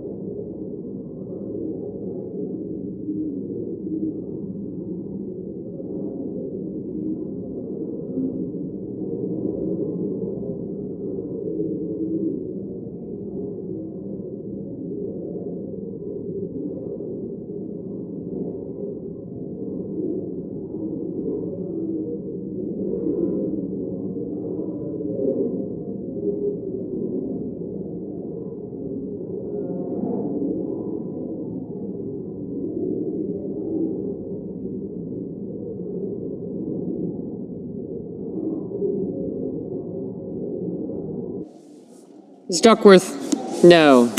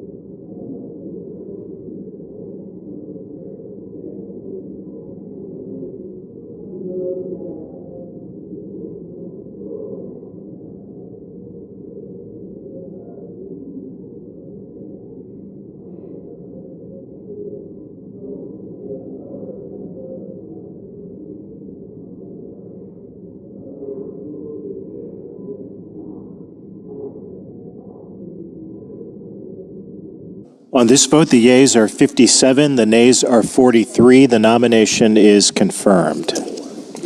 Under the previous order, the motion to reconsider is considered made and laid upon the table, and the President will be immediately notified of the Senate's action. Mr. President. The Senator from Louisiana. Thank you, Mr. President. Mr. President, I ask unanimous consent to resume legislative session. Without objection. Mr. President, I'm going to be uncharacteristically brief. Tomorrow I will be bringing two bills before the Senate. They both have to do with the shutdown and Congressional Bay. The first bill is the No Shutdown Paychecks Act. The second bill is the Withhold Member Pay During Shutdowns Act. The first bill would provide that as long as we're shut down, and I'll explain why in a moment, as long as we're shut down, no member of Congress can be paid. And the money will not be reimbursed at a later date or repaid at a later date. The second bill, to address any 27th Amendment concerns, will say during the shutdown, members of Congress will not receive their pay, but their pay will be escrowed and they will receive it after the government is opened back up.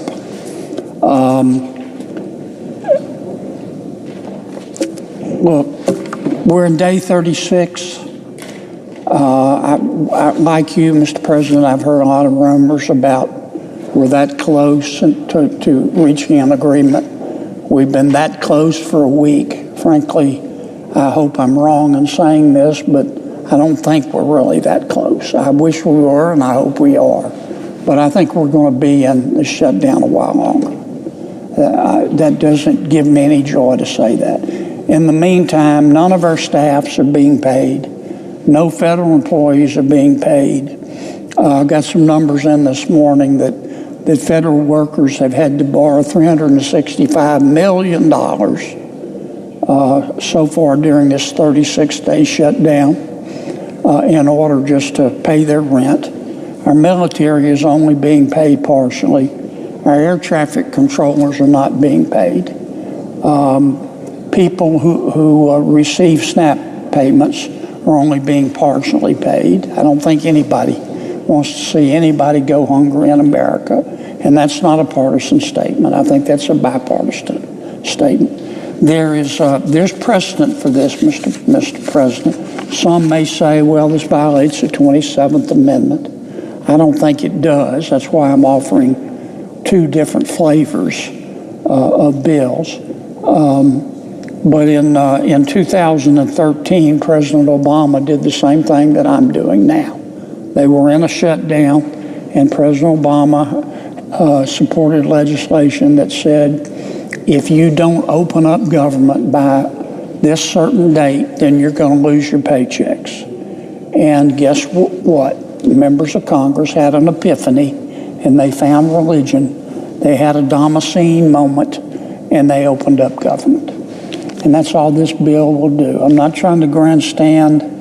I wasn't going to bring this bill. When I got back here Monday, I heard all the rumors like everybody else that we were close. And I hope we are close, but we're not close enough. And so I'll offer these bills tomorrow, and people can vote yay or they can vote nay, but what's good for the goose is good for the gander. Thank you, Mr. President. I yield to my friend Senator Blumenthal if that's appropriate.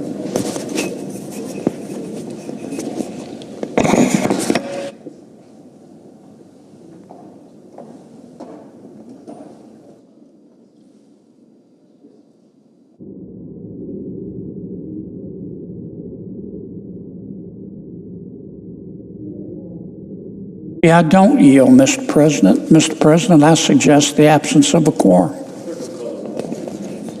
Ms. Alston-Brooks.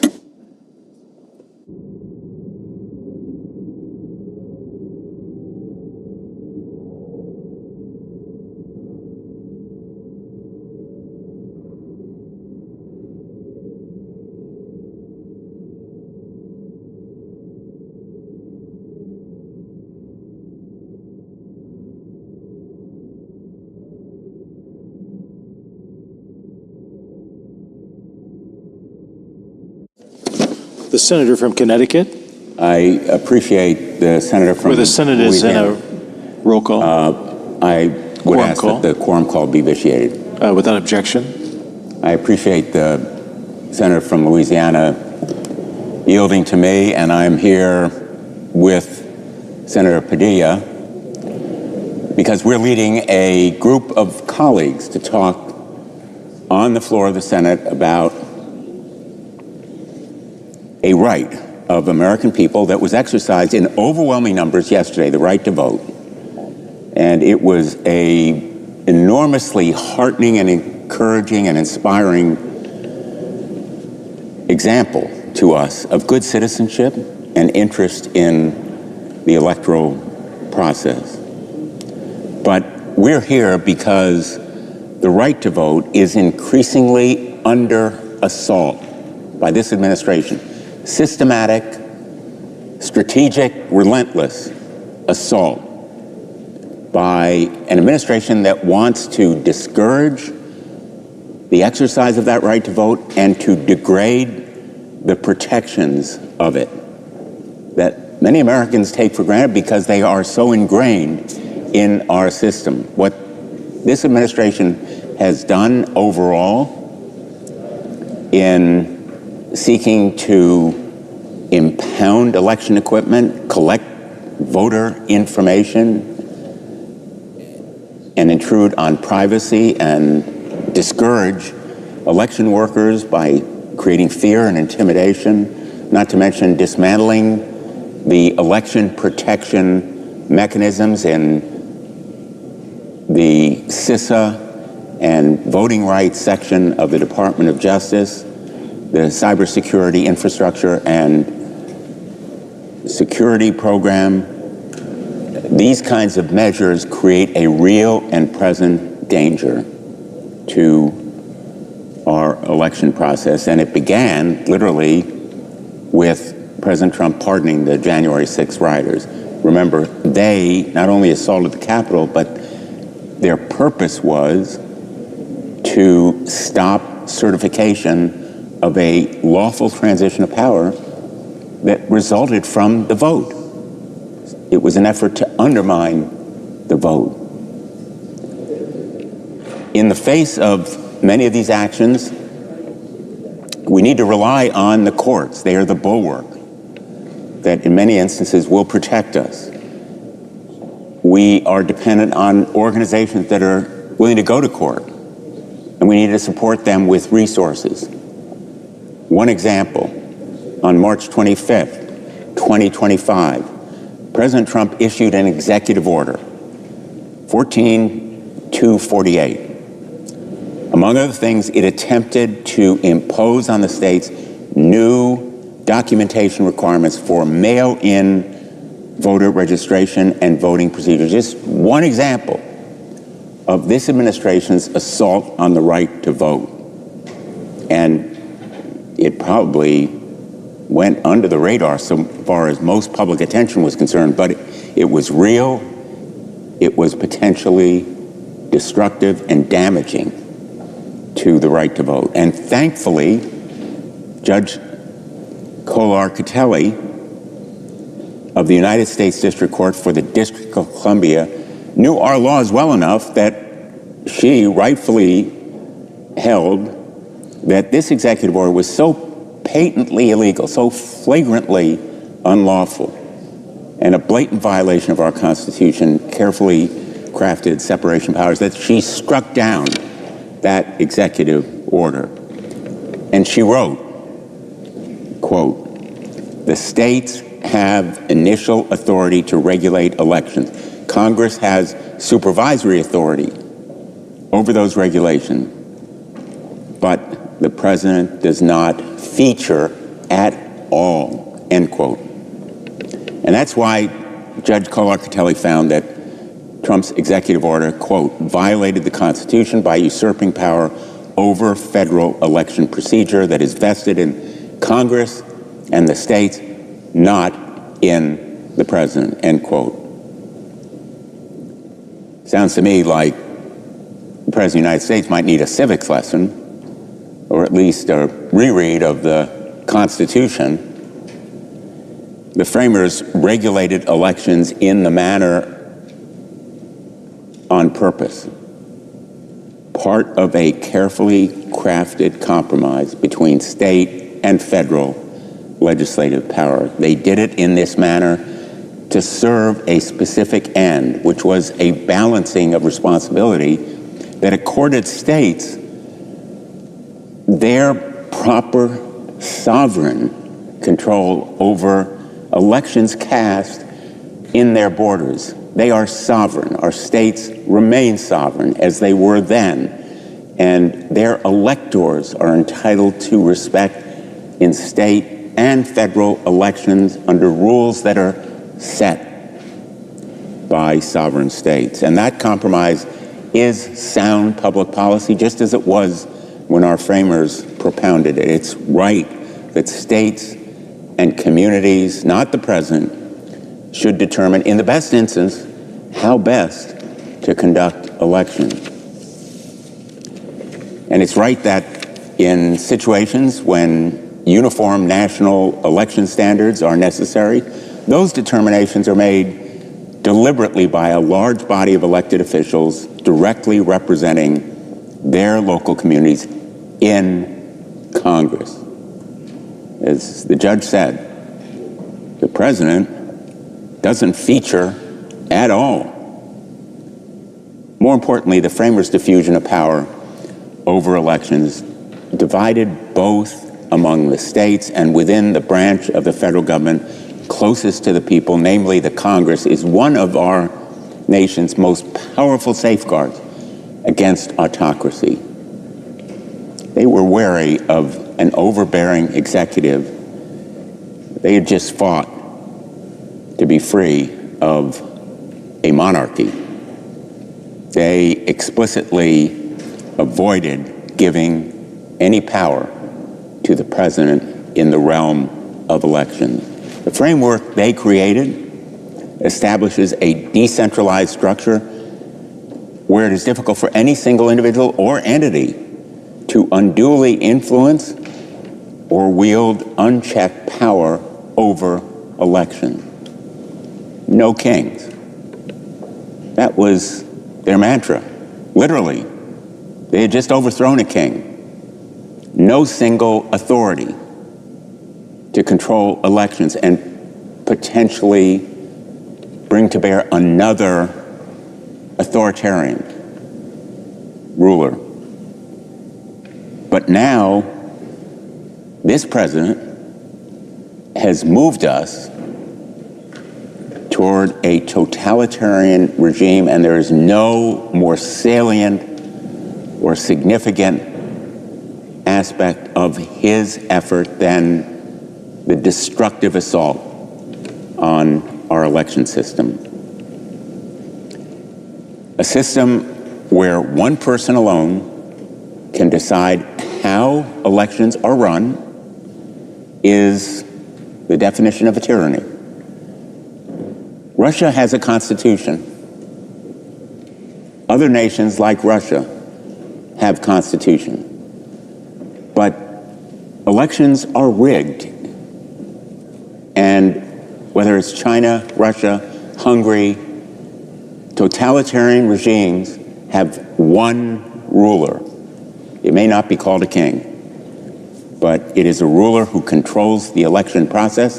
And lo and behold, 90% of the voters in the old Soviet Union, now in Russia, all decide that the guy in power is to be retained. That's no accident. It's the result of totalitarian control over elections, and that is why this judge's ruling is so profoundly momentous. The voters of California, Virginia, New Jersey, and New York made their voices heard yesterday. And they were saying as well, no kings. They exercised the right to vote in tremendous numbers. In our state of Connecticut, towns where Republican first select people or mayors were in power for decades saw a move from red to blue. What's more important than red to blue is overwhelming numbers of people came to the polls because they were angry and anxious about our democracy and about affordability, about paying the rent, affording groceries, paying for electricity, and yes, health insurance. They were looking at the open enrollment exchanges for whether they could afford health insurance, and they saw premiums doubling and tripling, and they were hit by that sticker shock. And it made them fearful and outraged about what was happening to health care as well as everything else they were paying to afford, and they couldn't afford health care and everything else that they needed for their families, and that was a factor as well. And so this outpouring of anger and anxiety that we saw on the issue of affordability was an exercise of the franchise that this administration wants to undermine and undercut and eventually eviscerate. So we need to elevate the judges. Let's name this one. Judge Kolar Catelli of the United States District Court for the District of Columbia.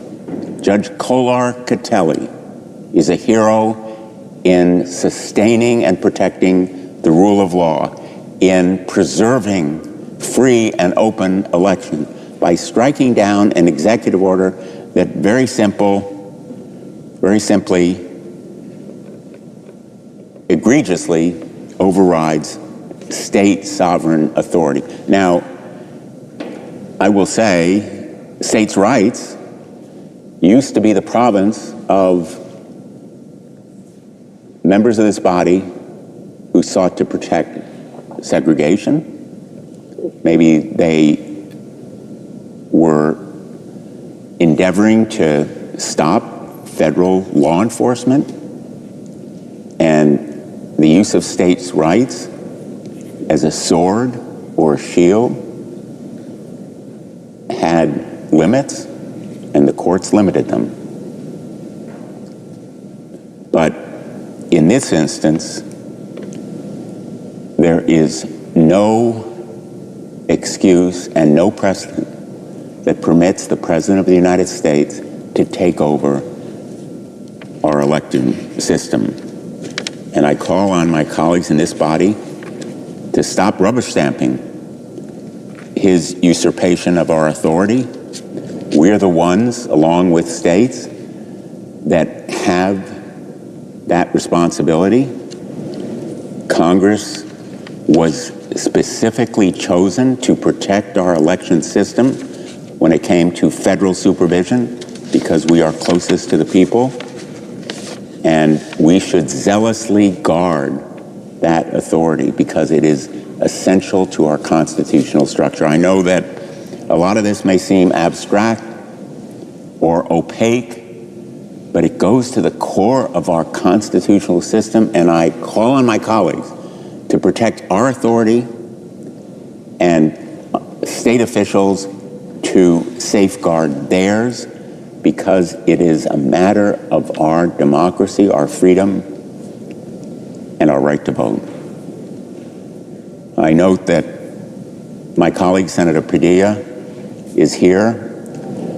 I started this floor block, but I'm proud that he and I have worked together on enlisting our colleagues. He is a major champion of election rights. He is one of the leaders in our body that has worked zealously to protect that right.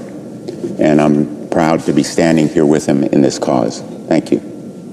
I yield the floor. Mr. President. Senator from California. Mr. President, let me begin by thanking my good friend, Senator from Connecticut, Senator Blumenthal, for his partnership, not just on these issues and a lot of matters before the Judiciary Committee generally.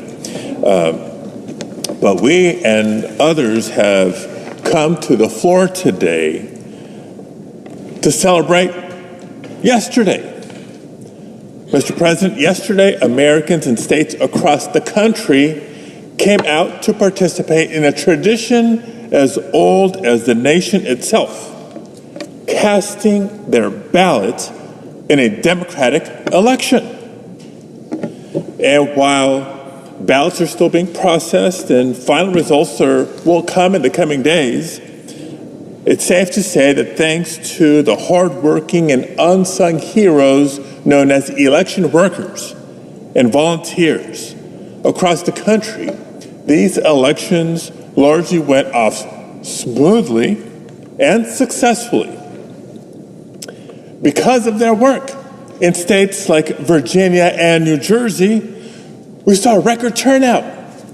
Because of their work in cities like New York, we saw the highest turnout there since 1969 in a municipal election. From a race for state Supreme Court justices in the state of Pennsylvania to a statewide proposition in my home state of California, Americans showed up in overwhelming numbers to say in one loud and clear voice that they've had enough.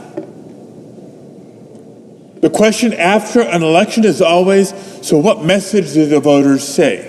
What was the mandate when it comes to a high turnout election with larger than expected margins? The takeaway is this: enough of the Republican chaos, enough of the power grabs, enough of the corruption, and enough of Trump's billionaire assault on working families. That's the power of democracy. When we're able to send that type of a message, the people send that type of a message, that loud of a message, by exercising their right to vote. But even after the success of last night, let's also be clear about this. One free and fair election does not guarantee the next one. We have to fight to ensure future elections. We have to keep asking ourselves, what do we do now, between now and next November, to protect the next election? Because at this very moment, the president and his allies are doing everything they can to rig the rules of the game. The reality is that at some point over the last couple of months, the president came to a harsh realization. We've known his policies have been bad ones. We've known they've been harmful. He's figured out his policies are also now very unpopular. Prices on everything from groceries to housing to energy bills are going up. Healthcare premiums are spiking. SNAP benefits are being cut. But for the billionaire class, things are just fine because Trump gave them the tax cut that they wanted, and somehow there's now funding for a ballroom. Americans, though, are fired up. They're angry at a president and a party that are looking out for themselves more than they're looking out for the country as a whole. But rather than change their policies that are causing such harm, instead of changing their policies before the midterm elections, President Trump and Republicans would rather change the rules. And we have a responsibility to sound the alarm before it's too late. Let me revisit my home state of California, where voters came out in big numbers to pass Proposition 50 by a wide margin. Why? We're not celebrating a mid-decade redistricting. Proposition 50 passed because they've been waiting to respond to the madness. Because Donald Trump is the one who forced California's hand. In between trying to apply a little gold covering to every square inch of the White House that he can, that hasn't been demolished, and pardoning billionaire criminals, President Trump's been making some phone calls. So's the vice president. They called GOP state lawmakers to withdraw congressional maps and to silence Democratic opposition. It began when President Trump called Texas Governor Greg Abbott and told him to find him 5 more Republican seats. When I first heard that, it sounded eerily similar to the call we all heard about from 2020 when President Trump called the Secretary of State of Georgia and demanded that he find him 11,000 more votes. When we knew what Texas was going to do, a midterm partisan redistricting, Californians knew right away that enough was enough. And that's what yesterday was all about, leveling the playing field. And by the way, at any moment, Republicans can actually end this redistricting arms race altogether. Because there's more than just chatter about Ohio and Florida and Indiana and Missouri and others. To end that arms race, I invite my Republican colleagues to join us in supporting true nationwide redistricting reform. And yes, we do have a bill to do just that. Independent redistricting, once every 10 years after the census, which is when it should be properly done. But no, Republicans would rather try to cling to power by changing the rules of the game. And it's why just yesterday, the White House issued yet another threat, this time a threat to issue another illegal executive order to ban mail-in voting. And it's why, as races are being called last night, and Trump knew things were going to go his way, that the president took to social media to demand Republicans kill the filibuster, to ban mail-in voting and other laws that are designed to keep our elections secure, but make it easier for eligible United States citizens to exercise their fundamental right to vote, to cast their ballot and have their ballot be counted. That is what we're up against. But wait, there's more. At the same time, the Trump Department of Justice has its hands full. Boy, do they. The Department of Justice has sent letters to at least 40 different states demanding information about their voter maintenance policies and practices. And they filed lawsuits against 8 states, and probably growing, including California, who have refused to hand over the personal, private information of voters. Kind of reminds me of a game that kids sometimes play. Heads I win, tails you lose. What the administration is saying is, you can give us your voter rolls so we can start systematic purging, or you can choose to protect voter information, but we'll see you in court, and we're going to claim voter fraud anyways. But wait, there's more. Donald Trump is also staffing up the White House with like-minded election deniers and conspiracy theorists, hinting at future actions that could disenfranchise even more voters.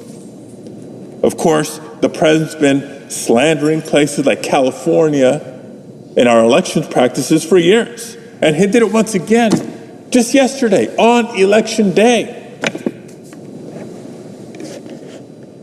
His words, not mine. The president lies and shouts fraud without a shred of evidence. He didn't wait till Election Day. He started prior to, because he knew he was going to lose. The White House restated its threat to issue a new, even more illegal executive order to ban mail-in voting, despite the fact that the president himself votes by mail. And on top of all these brazen efforts, they're laying the groundwork for the nuclear option once again. Think about what we've seen over just the last few months. troops deployed domestically into cities in response to pretend rebellions that only exist in Donald Trump's mind.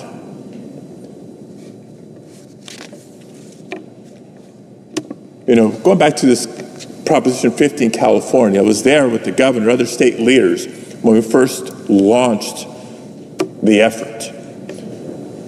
We held a rally to announce a new legal, democratic ballot initiative, small d democratic, because ultimately it was going to be up to the voters to decide. The day of that rally, the day of that kickoff, don't tell me it was a coincidence.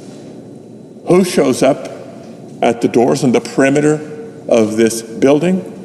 Armed Border Patrol agents to try to intimidate people coming in to participate in the kickoff and the announcement. Now, the election deniers in the administration have been lobbying for the White House to declare a fake national emergency to try to seize unconstitutional powers over our elections. So I raise all these examples as a shocking reminder of how quickly Donald Trump is moving to upend our free and fair elections. But the reality is, none of this should be surprising. I know it's not to me, because he's done it before. It's been 5 years since Donald Trump first tried to steal the 2020 election. And since then, he's only grown more extreme.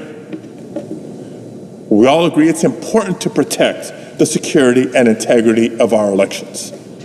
But even at a moment in history like this, I remind myself American democracy was here long before MAGA, and it'll be here long before MAGA Republicans are no longer in power. But it will not be by accident. Members of Congress can and must stand up to every one of Trump's unconstitutional power grabs over state election authority. I'm committed to doing my part. If the Trump White House tries to declare some fake national emergency to create a pretense for federal intervention, I will force a vote here in the Senate to stop it. But no matter what happens, voters cannot lose hope. That's what's most important. We need Americans to keep showing up each and every election and show up in overwhelming numbers, just as they did yesterday, just as they did for hundreds of years prior, and make clear that it will be the people and only the people who will determine the future of our democracy. Thank you, Mr. President. I yield the floor.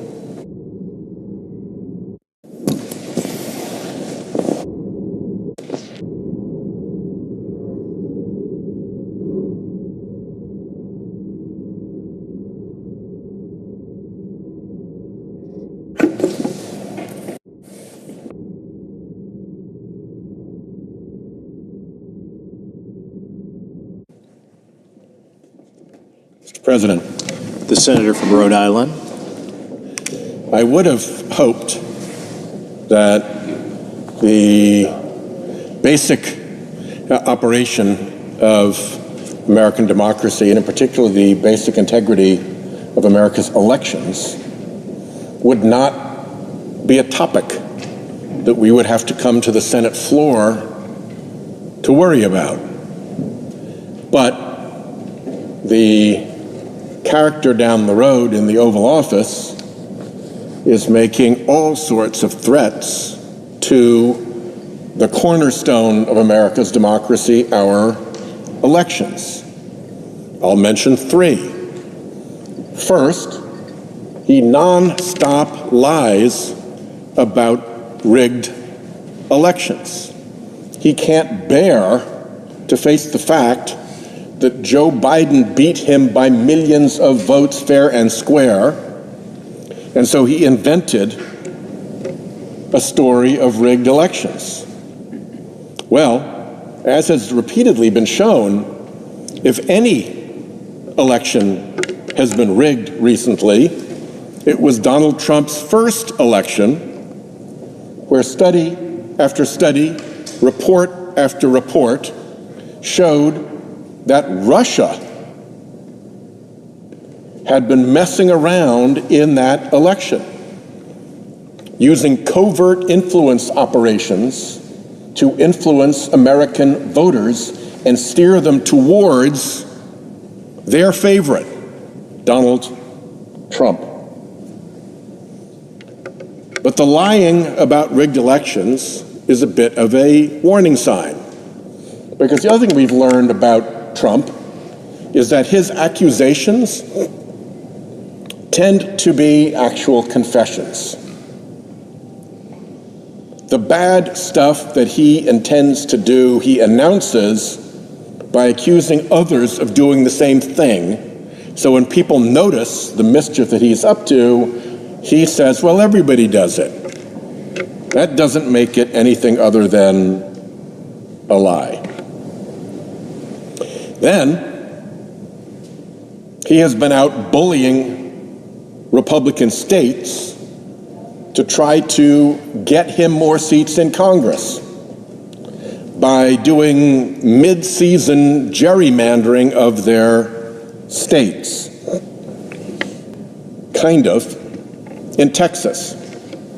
When I say it succeeded, kind of, it succeeded in the sense that they got the gerrymandered districts. But here's the rub. When you gerrymander more Republican districts into a state, you make the freeboard, the win ratio for each of those districts, a little bit less. And if yesterday was any message, Republicans need to worry about a wave election washing away Trump's poison and nonsense. In a wave election, those gerrymandered districts that you thought you'd moved into the Republican column could get sunk in the wave. In particular, we've already seen from yesterday's results, more analysis will follow, but that it looks like Latino voters, important in Texas, are abandoning Trump. So it may be that Texas's gerrymandering blows up in its face. And wouldn't that be a nice turnabout? Maybe that's what Republicans in Indiana were thinking when they refused to gerrymander their state. They might well be looking at Texas and saying, you know, voters in Texas might actually have cared more about electric bills, about their homeowners insurance crisis, about their cost of living, and wanted Texan legislators to do something about that instead of going off on a partisan gallivant to redistrict the state. And those voters might just hold those Republicans accountable for choosing as their priority to use gerrymandering so that politicians can choose their voters instead of paying attention to the voters who want help with costs, who want their homeowners insurance problem solved, who are concerned about their electric utility bills, and who are sick to death of what's happening with grocery costs. The third avenue of attack on elections by Trump is that he is modeling government election interference in front of our faces right now. When you send the National Guard into American cities, when you deploy masked, plainclothes, presumably ICE agents, to yank people off the street and fling them in unmarked vans and disappear them, you are getting people used to images that Americans are not used to. You are inoculating Americans against that kind of abuse of both military and law enforcement capabilities. So that when it's election day and that kind of nonsense takes place around polling places to discourage voters, we've gotten used to it. So the lying, the constant lying about rigged elections, the bullying, the constant bullying to force state legislatures to gerrymander, even though that's not what their voters want, and the constant modeling of government interference in elections, all of that is a signal that we have to be on our guard to protect our democracy. It's not just Trump. In doing this, Trump has allies. He has allies on the packed and captured Supreme Court, a court that Republicans packed and captured specifically to help their big, creepy billionaire donors acquire more power in American democracy. And boy, have we seen enough creepy billionaire power in American democracy. Dark money,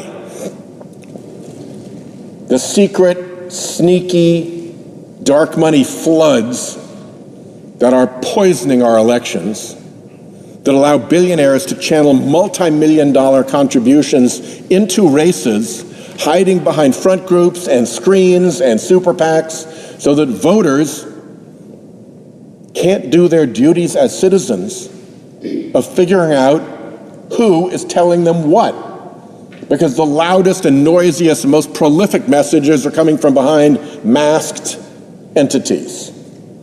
It was one of the dirtiest deeds ever done to our democracy, and it was done by the Roberts Court. Voter suppression, making sure that white legislatures could discourage black and Latino voters by changing the rules for when you can vote and how you can vote. We passed a Voting Rights Act in the Congress to stop that kind of behavior.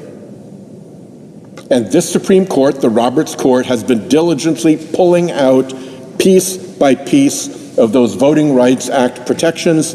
And when they do, what happens instantly? Those Southern legislatures go to work to make it harder and harder for minorities to vote. Hundreds of bills get filed. Third, when they were confronted with partisan gerrymandering, distorting Americans' right to vote by letting politicians pick voters instead of voters pick politicians, they said, oh, well, that's all fine. We're not going to look into any of that. Courts are not allowed to look into whether gerrymandering is legal or illegal, constitutional or unconstitutional. Those three decisions, flooding our elections with corrupting dark money, letting state legislatures make it harder for certain people to vote who they don't want voting, and gerrymandering districts against the will of the public. People hate gerrymandering. Those three things have collectively done immense damage to our democracy, and those bad decisions are going to play out in this coming election. I'll close with a point about all three of those cases. The Citizens United case that let filthy, unlimited dark money pollute our elections. The Shelby case that tore down an essential element of the Voting Rights Act. And the Rucho case that allowed uncontrolled partisan gerrymandering. All three of them share a very important characteristic in common, and that is they hang on a false fact. To get where the court wanted to go, those Republican appointees had to make up a false fact that the decision hung on. In Citizens United, it was that all the unlimited money would be transparent. Well, we know that was false. Every $1 billion in dark money that falls into our elections proves that was false. In Shelby, it was the things had changed. You didn't need to worry about Southern legislatures trying to keep Democratic voters from showing up. But you saw that that was false because all those laws were immediately passed to suppress voters. And in the Rucho case, it was courts can't figure out gerrymandering stuff. It's just too complicated. But in fact, courts were figuring it out. It's not even that hard to figure out. The court just made up falsely that this was too hard. When a court is making up false facts to get to an outcome that it wants, that's not a sign of great integrity in those proceedings. So we have a lot to worry about, and we have more to worry about after yesterday, because last night showed that voters do not like what Trump and his Republican cohort here in the House and the Senate are doing to our country. This was a small wave, and with any luck, it is building to a bigger wave. And instead of adjusting to popular opinion, what we know they're going to do is to try to use even more tools to corrupt democracy, corrupt elections, and defeat our ability to have the American people decide who they want to lead them at the polls. That is the predicament we are in, and it requires us to be on high alert. I yield the floor.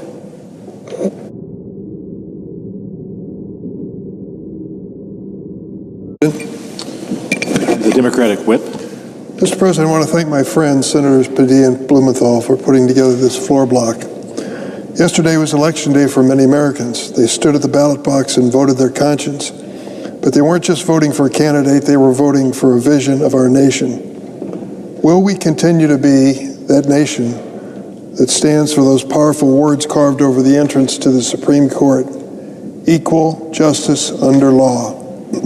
Or will we allow MAGA politics and President Trump's assault on the rule of law to damage the democratic process that we hold so dear? Well, the American people certainly answered that question yesterday with resounding votes rejecting the Trump administration's disastrous policies.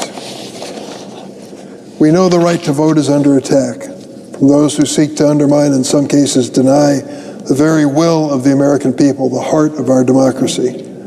There has been an effort for years to restrict access to the ballot under the false banner of, quote, election integrity, close quote. Under the Trump administration, this effort's being led by the very government entities that were created to protect the right to vote. This betrayal is deliberate. It is eroding the foundation of our democracy. Let me be clear. There is no longer a functioning federal entity actively safeguarding each American's right to vote, our most fundamental constitutional freedom. The Department of Justice's Civil Rights Division, once the defender of voting access for communities of color, those serving in the military, rural voters, people with disability, has been devastated by President Trump. Let me tell you a little anecdote. Last night I was in the grocery store in Capitol Hill buying a few things to eat. A woman came up to me and said she knew who I was, and she wanted to let me know what her situation was. She works in the Civil Rights Division of the Department of Justice, and she's furloughed at the present time. She said, do you know how many people are left in this Civil Rights Division, which once had almost 200 employees? 63. It's been devastated by Trump. Under the Trump administration's reimagined mission, aligned with MAGA politics and driven by the lie of widespread voter fraud, the Civil Rights Division voting section has abdicated its role in confronting the real and rising tide of disenfranchisement. Attorney General Pam Bondi removed the voting section's leadership team and ordered the dismissal of the section's active cause cases. The voting section is responsible for enforcing federal laws that were enacted to protect the right to vote, including the Voting Rights Act, the Civil Rights Act of 1964, Uniformed and Overseas Citizens Absentee Voting Act, the National Voter Registration Act, and the Help America Vote Act.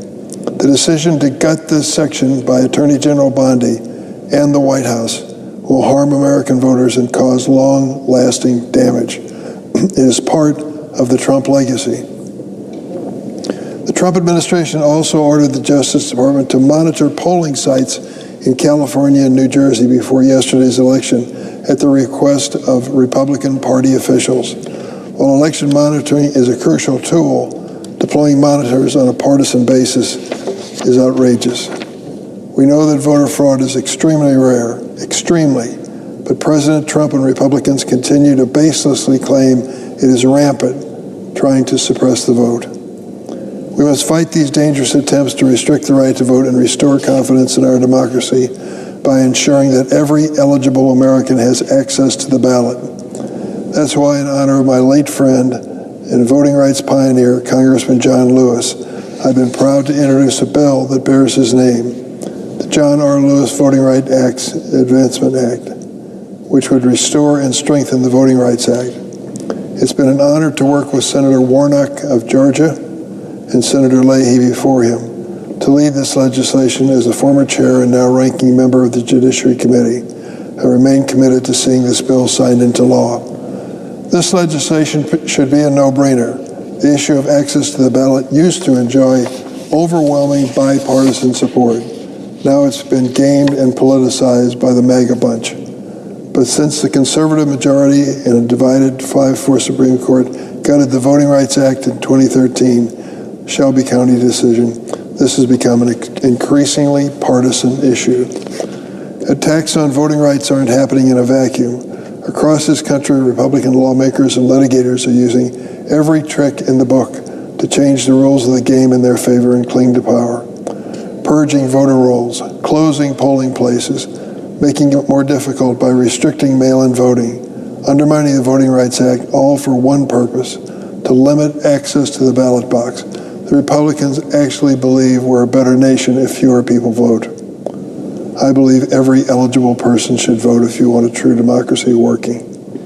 President Trump is hell-bent on continuing to undermine faith in our elections and attack the rule of law, whether by inciting a violent mob on January 6, which overran the Senate chamber to overturn the results of a free and fair election, or by demanding that blue states turn over reams of voter data to his administration.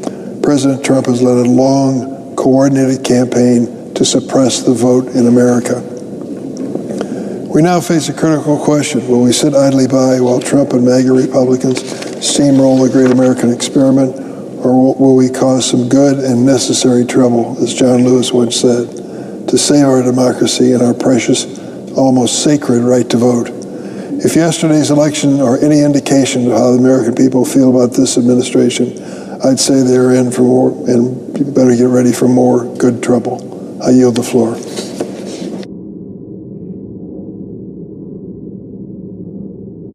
Mr. President. The Senator from Virginia. Mr. President, I appreciate the chance to rise today to talk about a success story in Virginia in the elections last night, but I'm going to take a little bit of a different tack than my colleagues, and I'm not going to talk about my pride and my friends who won elections. I'm instead going to talk about the turnout in the elections. Virginia has governor's races every 4 years, and we do them in an odd year cycle where the governor's race is the year following the presidential race.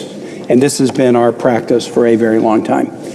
And we can look at the turnout as the state has grown in population. We can look at the total turnout in a governor's race and get some sense for what is happening and how engaged our electorate is.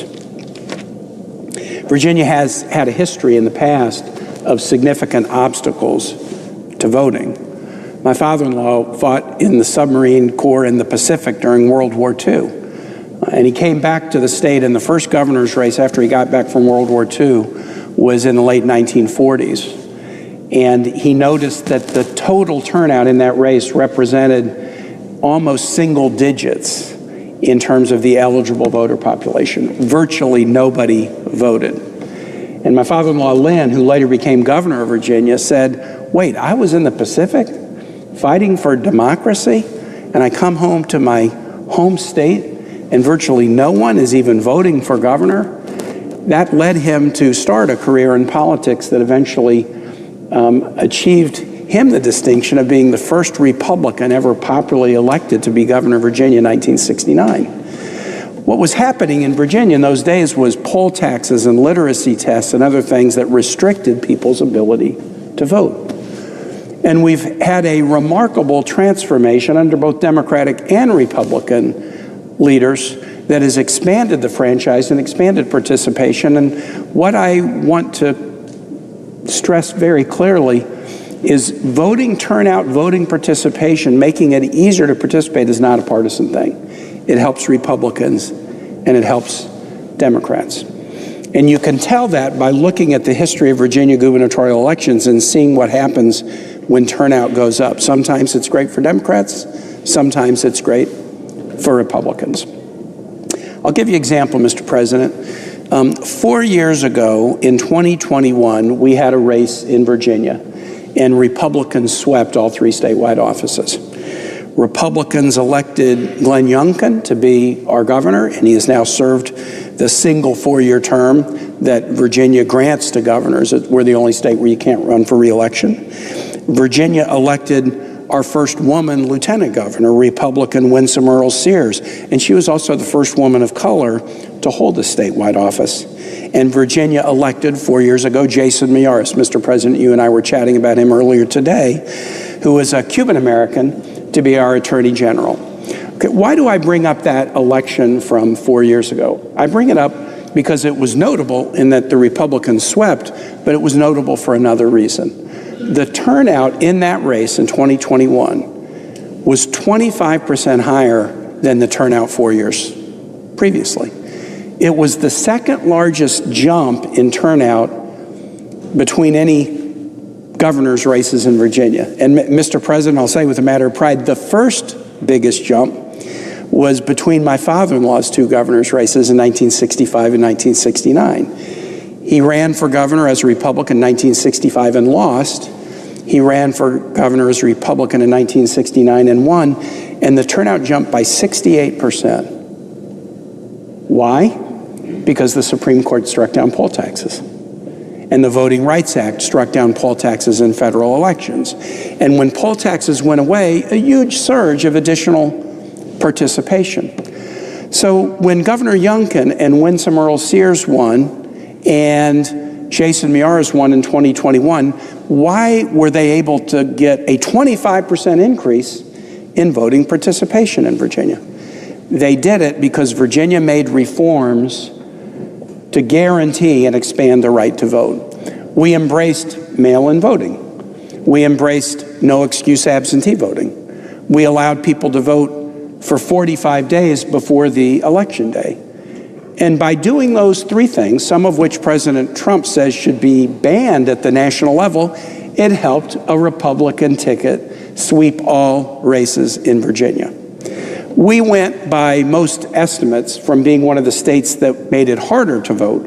We traditionally were ranked in the 51 states plus DC. We were usually ranked about 45th in the ease of access to the ballot. We went from the bottom to the top 10, and it was good for a Republican ticket. Governor Youngkin, Lieutenant Governor Sears, Attorney General Miyares won a big election with increased turnout. Expanding access to the ballot is not a partisan thing. Last night, Democrats had a sweep. My friend Abigail Spanberger, who served in the House with a number of my Senate colleagues, was elected to be Virginia's first woman governor. My friend Ghazala Hashmi, a state senator, actually my state senator, she's the one I write cranky letters to when I have to write a cranky letter to an official.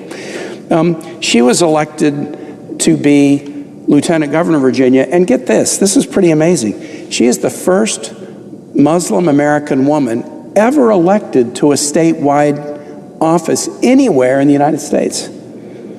And my friend Jay Jones, who I've known since he was 11 years old, was elected to be Virginia's first African-American Attorney General. They also saw a big increase in turnout.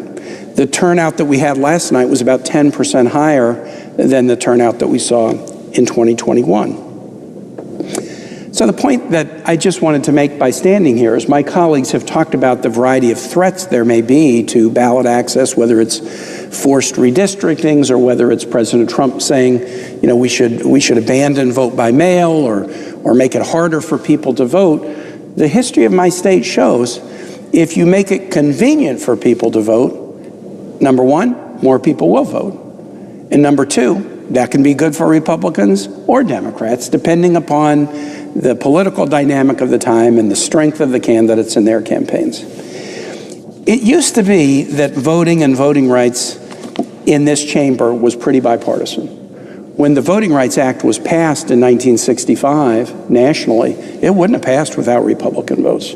Yes, it was a Democratic president, LBJ, who put it on the table, but it was Republican senators disproportionately who carried the torch to victory on the Voting Rights Bill in 1965, as many Southern Democrats opposed that bill. As the Voting Rights Bill has been reauthorized over time, it was always reauthorized significantly with both Democratic and Republican votes. It's only been in the aftermath of the Shelby decision, which happened right as I came into the Senate, that voting rights has started to seem like a partisan issue, where Democrats have tried to restore some of the voting rights provisions, for example, the pre-clearance provisions in Section 5, but have struggled to find any Republican willing to do it. So the point that I want to make is, as I conclude, is just that I'm happy in Virginia because my friends won last night. But I'm happy anytime we have elections where people really participate. And where I get really depressed about elections is when turnout is low. Last night we had big participation, that benefited Democrats. 4 years ago we had big participation, that benefited Republicans. The kinds of things we've done in Virginia to make elections more accessible to all are common sense and convenient rules that I embrace at the national level and that are good for democracy, sometimes benefiting one party, sometimes benefiting another, but ultimately good for democracy and good for voters. And with that, Mr. President, I yield the floor, and I note the absence of a quorum. The clerk will call the roll. Ms. Also Brooks.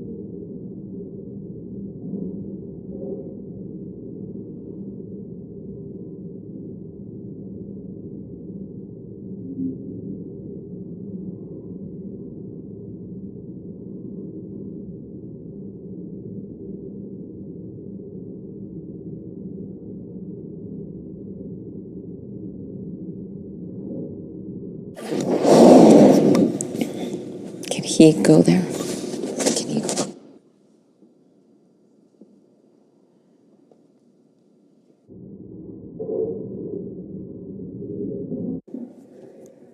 I need a Zen moment.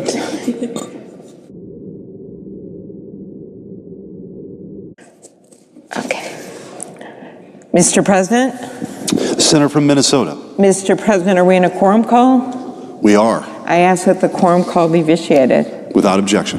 Mr. President, I want to thank Ranking Member Padilla and Senator Blumenthal, Ranking Member Padilla of the Rules Committee, Senator Blumenthal, for organizing a group of my colleagues to come to the floor today and for their leadership on this issue. We are focused on, as we saw last night, Americans turn out in droves to vote, to exercise their constitutional right and really their duty to vote. And we want to make sure that people can continue to stand up, to show up, whether they are Democrats, Republicans, or independents, to protect voting rights and ensure that every eligible American can make their voice heard in our democracy. I also want to thank the state and local election administrators, secretaries of state, poll workers, and everyone else in states like Minnesota, Virginia, California, New Jersey, and more who made sure that yesterday's elections went smoothly. It takes a lot of people and a lot of planning to do that. Yesterday, millions of people exercised that sacred right. According to preliminary data, Minneapolis saw its second highest turnout for a municipal election, with more than 147,000 people casting a ballot in its off year. And in Virginia, 3.3 million people voted this year, the state's highest ever turnout in a non-presidential election year. As Congressman John Lewis once said, voting is the most powerful tool we have to create a more perfect union. In recent years, from the January 6th insurrection to election conspiracies to threats against polling sites in New Jersey, we have seen an alarming rise in dangerous rhetoric and threats against election workers and polling places. Sometimes it's from other countries trying to do harm regardless of the political outcome, but wanting to mess around in our democracy. Sometimes it is people trying to influence an election from either side. We have also seen repeated attacks on access to the ballot box from this administration.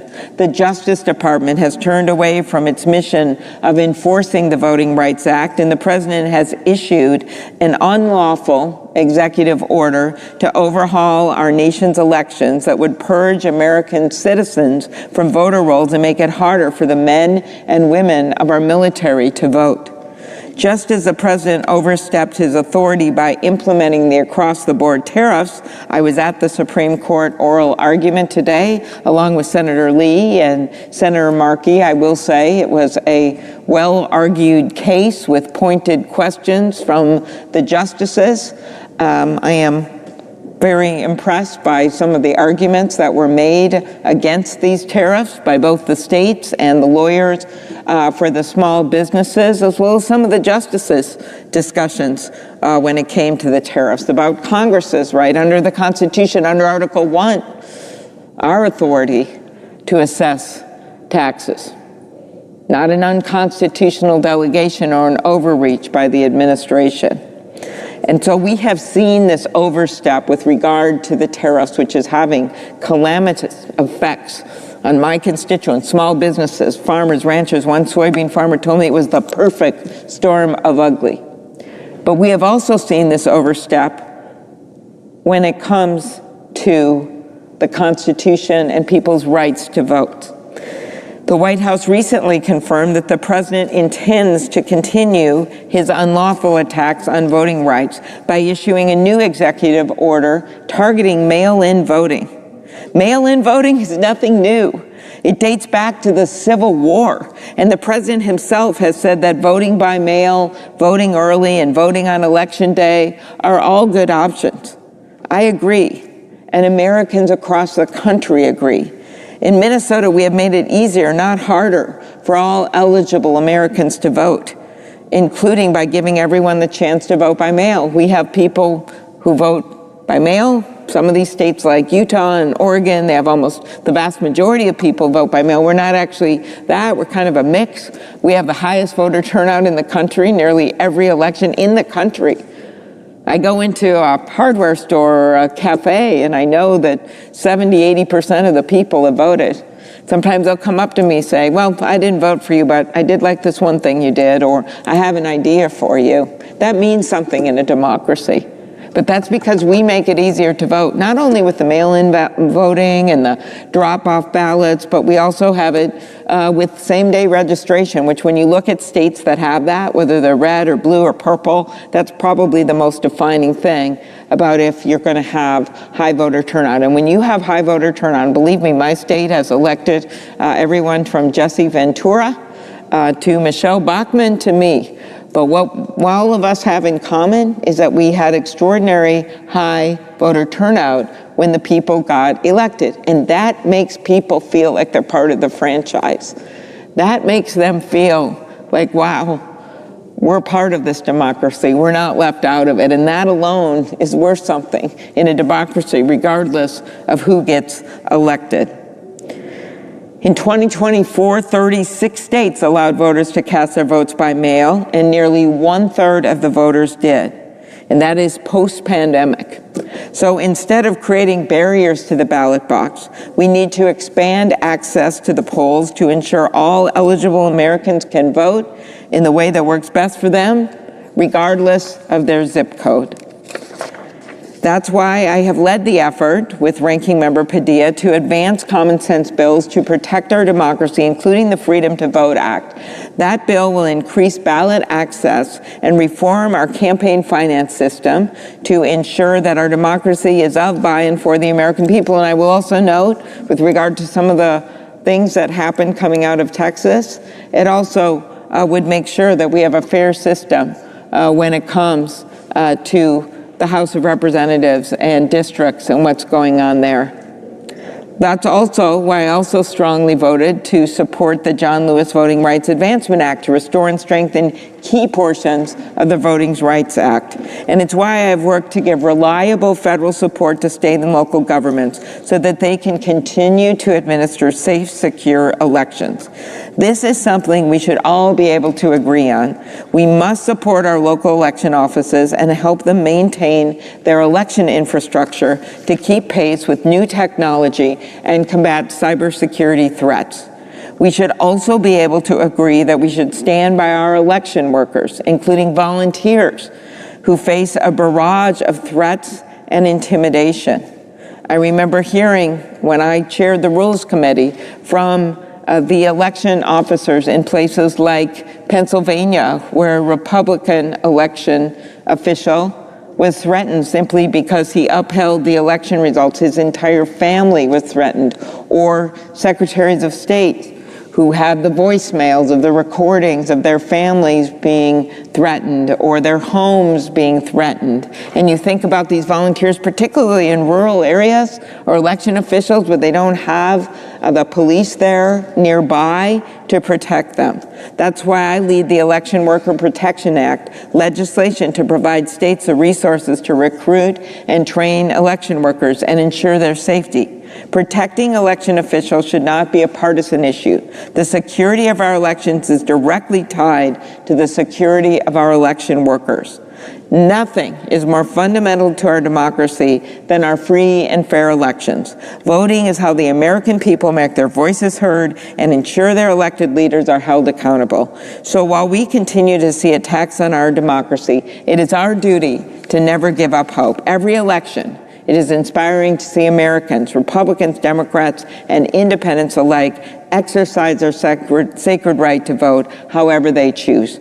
It was quite a reminder last night how people are going to vote, and they're going to vote for their families, and they're going to vote for their own economic security, and they're going to vote because they believe in our democracy.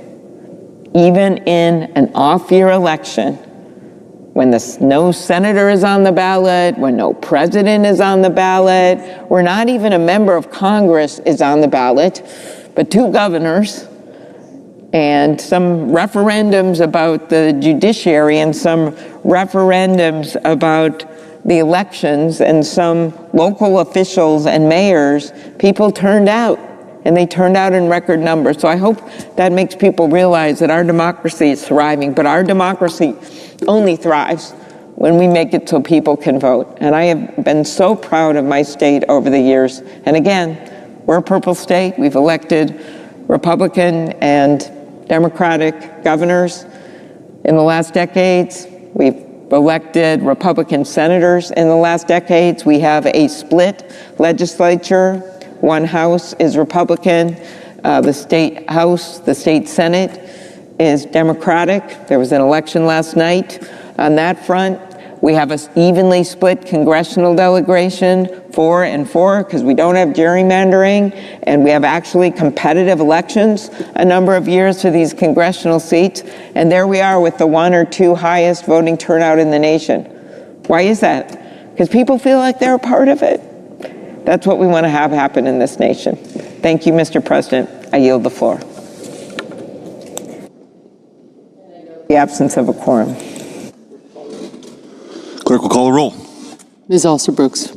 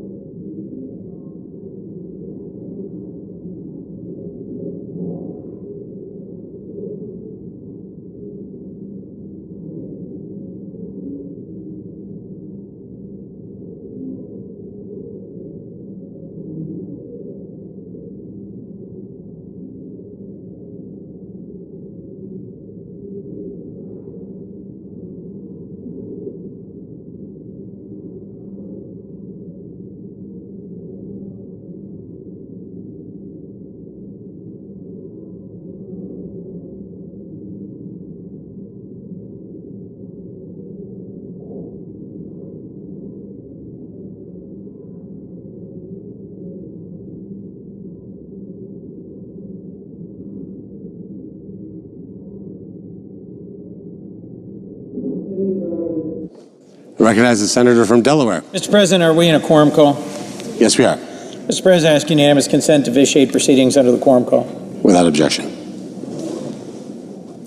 Today is the anniversary of the election of President Trump in 2024. And today, as the shutdown of our federal government is officially the longest it's ever been, 36 days, because we can't come to agreement between our parties and our chambers. In fact, the House isn't even at work and hasn't been for weeks because Republicans won't work with us to ensure access to health care. We're in a dangerous and unsettled place here at home.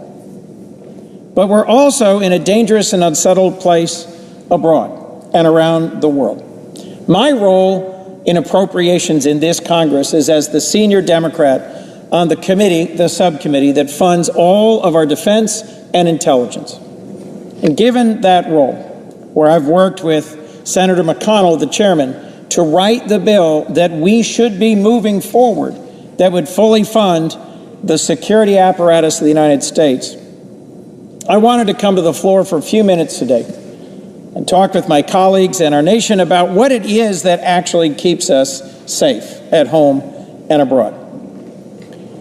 For my entire life, we have relied upon the U.S. military, and we will soon celebrate Veterans Day next week, when all of us should thank those who have served or who are serving. We've relied on them to be something that we often take for granted: nonpartisan, non-political, and all volunteer, professional, career military. And for that to be sustained, for the folks to continue to step forward and raise their right hand and swear to defend the Constitution against all enemies, foreign and domestic, we need a nation that supports our warfighters.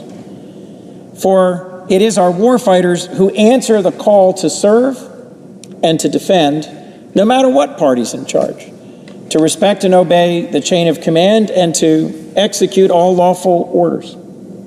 I think we rely on the best equipped, best trained, most professional military in the world, and in partnership with them, a global network of alliances. We are the envy of the world, not only because of our weapons, the most advanced and sophisticated weapon systems, but because we have the best trained, best respected, most supported military in the world.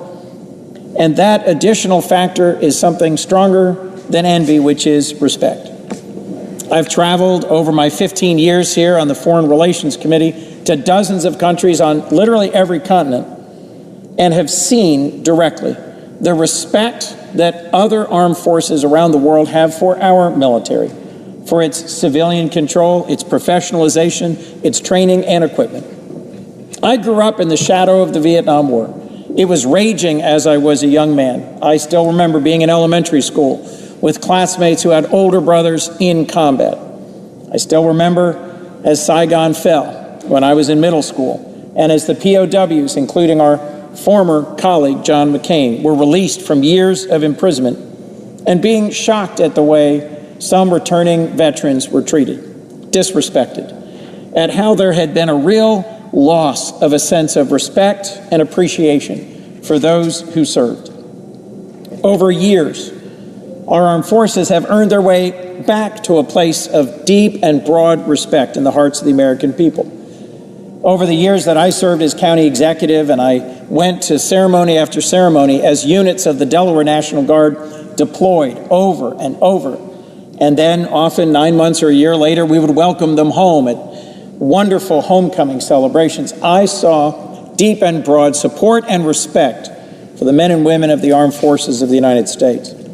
Tragically, I've also had the opportunity along the flight line at Dover Air Force Base to welcome home America's fallen, to get to know the families grieving over their loss, and this year to be joined by members of the House and Senate as we welcomed home our fallen heroes who had died serving us overseas. The difference in tenor, in respect, in affection for the men and women of our armed forces over the arc of my lifetime, from the 70s, during the Vietnam War, to today, has been striking. And today, as I rise to speak on the one-year anniversary of President Trump's election, I just wanted to look back and reflect how in that year, he and Secretary Hegseth have set us on a course that risks losing again all of that accumulated goodwill, all of that respect. I'm going to talk about how they've weakened our alliances, politicized our military, dulled down our military readiness, and brought us closer to needless, even dangerous wars of choice. All of that leaving us weaker and less safe as we confront the most dangerous world since the end of the Cold War. President Trump is a master of distraction, so you don't ever have time to step back and look at the bigger pattern. It's amazing how many times a day the topics change. Are we talking about the tearing down of the East Wing or planning for a new ballroom? Or a renewed threat to invade a country in Africa, apparently Nigeria this week? It is a constant, unending smorgasbord of tweets and greatest hits designed to prevent us with its blizzard from ever seeing any pattern. Well, 1 year after his election, I wanted to take a few minutes and show that pattern to you today. In his first 10 months as President of the United States, President Trump has fired or pushed out more than 15 of our most senior admirals and generals, starting with the chairman of the Joint Chiefs and the chief of naval operations, fired because they were somehow considered DEI hires or too woke, something I find to be utterly without foundation in their service or in the opinion of others who served with them in the armed forces. He hijacked the 250th anniversary parade to celebrate the history of the U.S. Army and turned it into a birthday parade for himself. More recently, President Trump and Secretary Hegseth gathered all of our most senior military leaders from around the world for a speech here near Washington in Quantico, a massive national security risk, just so they could give political speeches about grooming and about using the military against the enemy within. Pulling these decorated and seasoned men and women from core jobs literally around the world, protecting America against our adversaries on the front lines, to come back and be props for a highly political speech.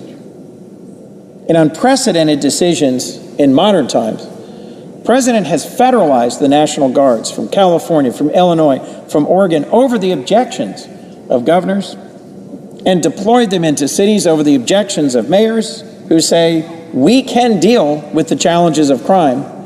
If you want to send us federal resources, we'd welcome sending us additional federal law enforcement like the ATF and the FBI. They also, this administration, mobilized the Marines to go in to Los Angeles.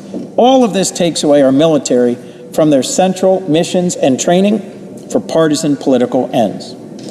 This brings us to a second key pillar of our national security, the best trained and equipped military in the world. Secretary Hegseth, at the beginning of this year, supported a full-year continuing resolution for the Department of Defense for the first time ever. And Senator McConnell and I, as the chair and ranking of the Defense Appropriations Subcommittee, were struck at how much harm that does. We are on the verge of doing it again for a terrible second year. Ask any senior military leader. It makes it impossible to plan, and nothing requires more stable, certain long-term funding than designing and building the next generation of fighter aircraft, building and deploying nuclear-powered submarines, recruiting and training the world's best military, and then equipping them with things on land, air, and sea that make them the most lethal armed forces on Earth. We can't do that if Secretary Hegseth continues to support full-year continuing resolutions. It's also important that our warfighters be respected because they know they have the support and engagement of the American people on difficult and dangerous missions, something that's lacking when they refuse to fully brief, support, and engage the Senate of the United States, a challenge that is happening right now. We need a plan, we need preparation, and we need clarity to Congress about what is going on in the Caribbean, what preparations are being made with regards to Venezuela. I have no objection to the idea that we need to work together to strengthen the interdiction of drugs coming to the United States. But this body, given the Constitution and our role, deserves to be consulted and included so that we can build consensus, common agreement to support a plan of action so that our warfighters, the men and women of our armed forces, know we have their back. That is the best way to send them into harm's way. All of this is built on another of President Trump's broken promises. He ran on lowering costs, making America healthy again, and avoiding new foreign wars. On the campaign trail, I often heard that was one of his most popular promises. Since then, the threats to start new wars with friends and allies and foes alike have been dizzying. Canada, Mexico, Denmark, Panama, Colombia, Nigeria. Our president tosses these things off casually. But in a meeting I had early in his term with leaders from Denmark and Greenland, they were alarmed, frightened, concerned about how a trusted NATO ally could threaten to seize Greenland. A seemingly casual remark that was then reinforced and repeated over and over. And I am worried that we are now sleepwalking into a war with Venezuela in an effort to overthrow Maduro, all while leaving the People's Republic of China freer rein to run roughshod over the Indo-Pacific while they massively increase the scope and scale of their aggression. Let's be clear, there's no love lost between me and Maduro, a brutal dictator, but we should have clarity about how and why we might use our armed forces. Last, a key pillar to our security for the last 8 decades since the end of the Second World War has been a remarkable global network of powerful alliances. I've long said one of our key advantages over the People's Republic of China is our network of trusted and deep alliances. China has nervous neighbors and client states, and President Trump is putting all of that at risk. Our adversaries are increasingly aligning. Russians are using Iranian drones, North Korean soldiers, and Chinese technology and funding to help carry out their brutal war of aggression in Ukraine. Meanwhile, our alliances are fraying. As I mentioned, the president threatened to invade NATO allies like Canada and Denmark, kicked President Vladimir Zelensky out of the Oval Office, but rolled out the red carpet for Vladimir Putin, held up crucial arm deliveries and sales to nations that rely on us for their security, from Ukraine to Taiwan, and put at risk our commitment to Article 5 and to collective security that's been at the heart of NATO since its founding. The tariff deals our president has imposed on some of our closest, most trusted allies, allies that have free trade agreements with us, like South Korea, has put them profoundly on the back foot as they look at whether they can count on our security agreements. All of this means that over the past year, President Trump has steadily hacked away at the pillars of our military that protect our nation, making it less stable, making it more likely that the trust and confidence the American people have in our warfighters will crumble. This is a critical and concerning, even alarming picture from which he's trying to distract us. The nation we had a year ago was strong, secure, and moving in a positive direction. Today, I'm gravely concerned about the constant distraction and the threats and moves against our allies, our partners, and the ways in which we have undermined our warfighters. So what should we do from here? Pass our bipartisan appropriations bills. Put on this floor, pass, and get to the president the defense appropriations bill that I've worked so hard on this year, and all the other appropriations bills that move us out of this cycle of rescissions and reconciliation and continuing resolutions and back to reliable, steady bipartisan support. Strengthen our alliances, reassure our nervous partners, end this recklessness with tariffs that is an on-again, off-again regime where these taxes, these tariffs, add to Americans' bottom line in a disastrous way and destabilize trust and confidence from our partners, and refocus on training and preparing for real wars, not culture wars. This is how we keep our nation safe. Just a few days ago, I was up in my father's hometown of Boston and drove through Lexington and Concord, where 250 years ago this year, our forefathers took up arms against the crown and began what was a long-shot fight, a revolution for liberty and independence for our nation.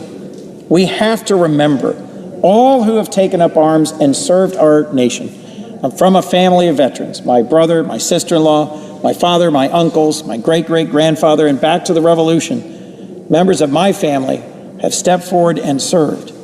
For all who have done the same, who've signed on the dotted line up to and including their lives, committed their willingness to sacrifice, we owe them nothing less than the full measure of devotion that says we will support them. That support requires engagement and trust from this body, engagement and trust with our allies, and the support that our servicemen and women deserve. With that, Mr. President, I yield the floor.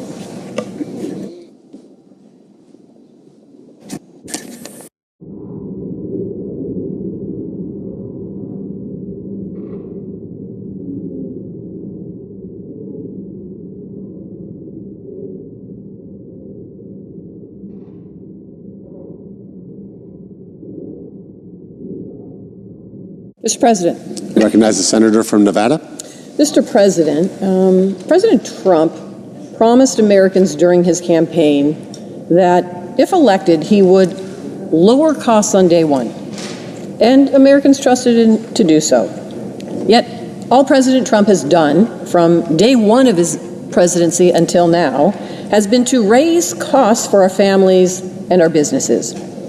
One of the most outrageous examples of this is with his erratic blanket tariffs that he's imposed on our allies and trading partners, as you've heard from my colleague from Delaware talking about. But let me be clear, these tariffs for the American public are nothing but taxes. Tariffs are taxes. That's what the American people are seeing every single day. And many of them are seeing it first thing in the morning when they have their cup of coffee. This is an unacceptable burden to be putting on the American people, and the tools this administration is using to do so are clearly unconstitutional. They're actually being heard in the Supreme Court today. The good news is Congress has the authority to do something about it. And there's bipartisan, bicameral agreement that we not only can we act, but we must. That's why I'm here today to pass the bill that I wrote with Senator Rand Paul of Kentucky. It's called the No Coffee Tax Act. Very simple bill. It would roll back President Trump's tax on our coffee. Let me explain why this is important. The United States is the largest importer of coffee in the world. Why? Because even though we all love our morning coffee, the United States does not have the natural climate or growing conditions needed to produce the amounts of coffee Americans consume every day. 99% of the coffee in this country comes from another country. Until President Trump took office, Americans had never paid broad tariffs on coffee imports. But now this president has decided to recklessly impose these blanket tariffs on our top sources for coffee. Brazil at 50%. And other main coffee producers like Vietnam, Indonesia, Colombia, Ethiopia are being tariffed outrageous rates. Now, I don't need to tell you what that's meant for Americans, because we've all felt it every single day. I'm hearing from my coffee roasters and wholesalers in Nevada who have been forced to raise their prices to keep up with these tariffs. That is filtering down to local coffee shops, our small businesses that are in turn having to raise their prices on consumers. The price of a cup of coffee has skyrocketed nearly 40% since last year. 40%. This is happening all over the country. And it's not just businesses where coffee is their main product. Restaurants that serve breakfast are being impacted as well. This is what these irresponsible tariffs have done to Americans, because, as I've said, tariffs are taxes. Now, I know that responsible, targeted tariffs on our adversaries can be good for American workers and our national security. There's a smart way to do this, however. Taxing our coffee and raising prices for Americans isn't it. The bipartisan, bicameral bill Senator Paul and I introduced would bring coffee tariffs back to the level they were at before President Trump took office, 0%. The Senate has already passed legislation supported by both Democrats and Republicans to repeal President Trump's tariffs on Canada and Brazil, as well as his global tariffs on the rest of our trading partners. So the no coffee tax is equally important to the American public.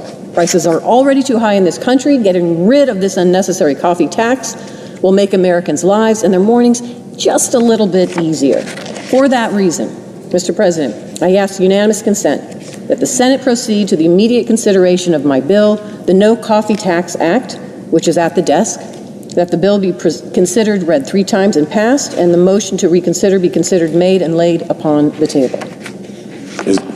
Is there an objection? Mr. President, reserving the right to object. I recognize the senator from Idaho. Thank you. Reserving the right to object. I rise in opposition to S3072, the No Coffee Tax Act.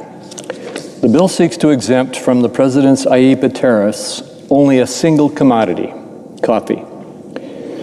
I agree with my colleagues that tariffs generally should be targeted as much as possible to avoid harm to Americans. We also should consider more exemptions to address the harms arising from potential unintended consequences, including exemptions for unavailable natural resources. The administration agrees. The very recent trade deals with Cambodia and Malaysia explicitly exempt coffee and some other mostly unavailable natural resources from the reciprocal tariffs. By all accounts, the administration is working to identify similar exemptions in other active trade negotiations. I strongly encourage the President to pursue productive courses of engagement with U.S. stakeholders in doing so.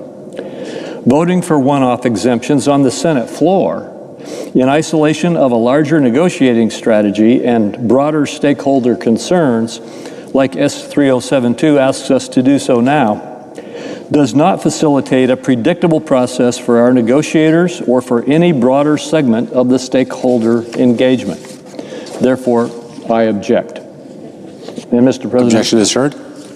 I yield the floor. Mr. President, I recognize the senator from Nevada. Thank you. I have a lot of respect for my colleague from Idaho, and I appreciate his comments. I respectfully disagree. And I do think that we have to consider, as the negotiations are taking place, as my colleague talked about, the administration is engaging in, how long will that take? I know the USMCA took at least 2 to 3 years, and that was just 2 countries, Mexico and Canada, that we were trying to negotiate with. While this administration goes through this indiscriminate negotiation without any involvement from Congress, what am I to tell my businesses back home? Those businesses, those coffee shops that close, those individual breakfast restaurants that are there that are passing off the cost to the consumer, how long do they have to wait until they get an answer from this administration? And that's why this commodity, this particular product, there had never been a tariff on it before, because 99% of the coffee that we consume comes from out of the country. So it really is having a devastating impact on our small businesses, and they really shouldn't be used as leverage in a negotiation tactic for this reason. I appreciate the comments, however, from my colleague from Idaho. Thank you, Mr. President. I yield the floor.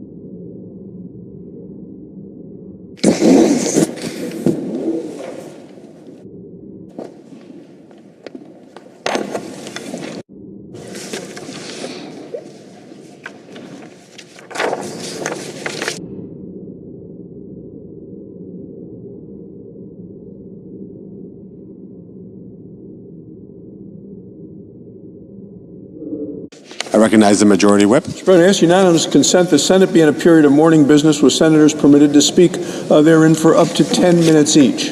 Without objection. Mr. President, I have 7 requests for committees to meet during today's session of the Senate. They have the approval of the majority and the minority leaders. Duly noted. Mr. President, I ask unanimous consent the Senate proceed to the consideration of S-Res 484, which is at the desk. The clerk will report. Senate. Resolution 484 designating October 2025 as School Bus Safety Month. Is there an objection to proceeding to the measure? Without objection, the Senate will proceed to the measure. Mr. President, I ask unanimous consent the resolution be agreed to, the preamble be agreed to, and that the motion to reconsider be considered made and laid upon the table with no intervening action or debate. Is there an objection? Without objection. Mr. President, I ask unanimous consent the Senate proceed to the consideration of S-Res 485, which is at the desk. The clerk will report. Senate Resolution 485 designating the month of October 2025 as National Military Toxic Exposures Awareness Month. Is there an objection to proceeding to the measure? Without objection, the Senate will proceed to the measure. Mr. President, I know of no further debate. Is there further debate? Hearing none, the question is on the adoption of the resolution. All those in favor say aye. Aye. Opposed say no. The ayes appear to have it. The ayes do have it. The resolution is adopted. Mr. President, I ask unanimous consent that the preamble be agreed to and that the motion to reconsider be considered made and laid upon the table with no intervening action or debate. Is there an objection? Without objection. Mr. President, I ask unanimous consent that when the Senate completes its business today, it stands adjourned until 10 a.m. on Thursday, November 6th, that following the prayer and the pledge, the journal of proceedings be approved to date, the morning hour be deemed expired, the time for the two leaders be reserved for their use later in the day, and the Senate be in a period of morning business with senators permitted to speak therein for up to 10 minutes each. Further, Mr. President, if Senator Kane makes a motion to discharge SJ Res 90, the Senate vote on that motion to discharge at 5 p.m. Without objection. Mr. President, no further business to come before the Senate. I ask that it stand adjourned under the previous order. The Senate is adjourned.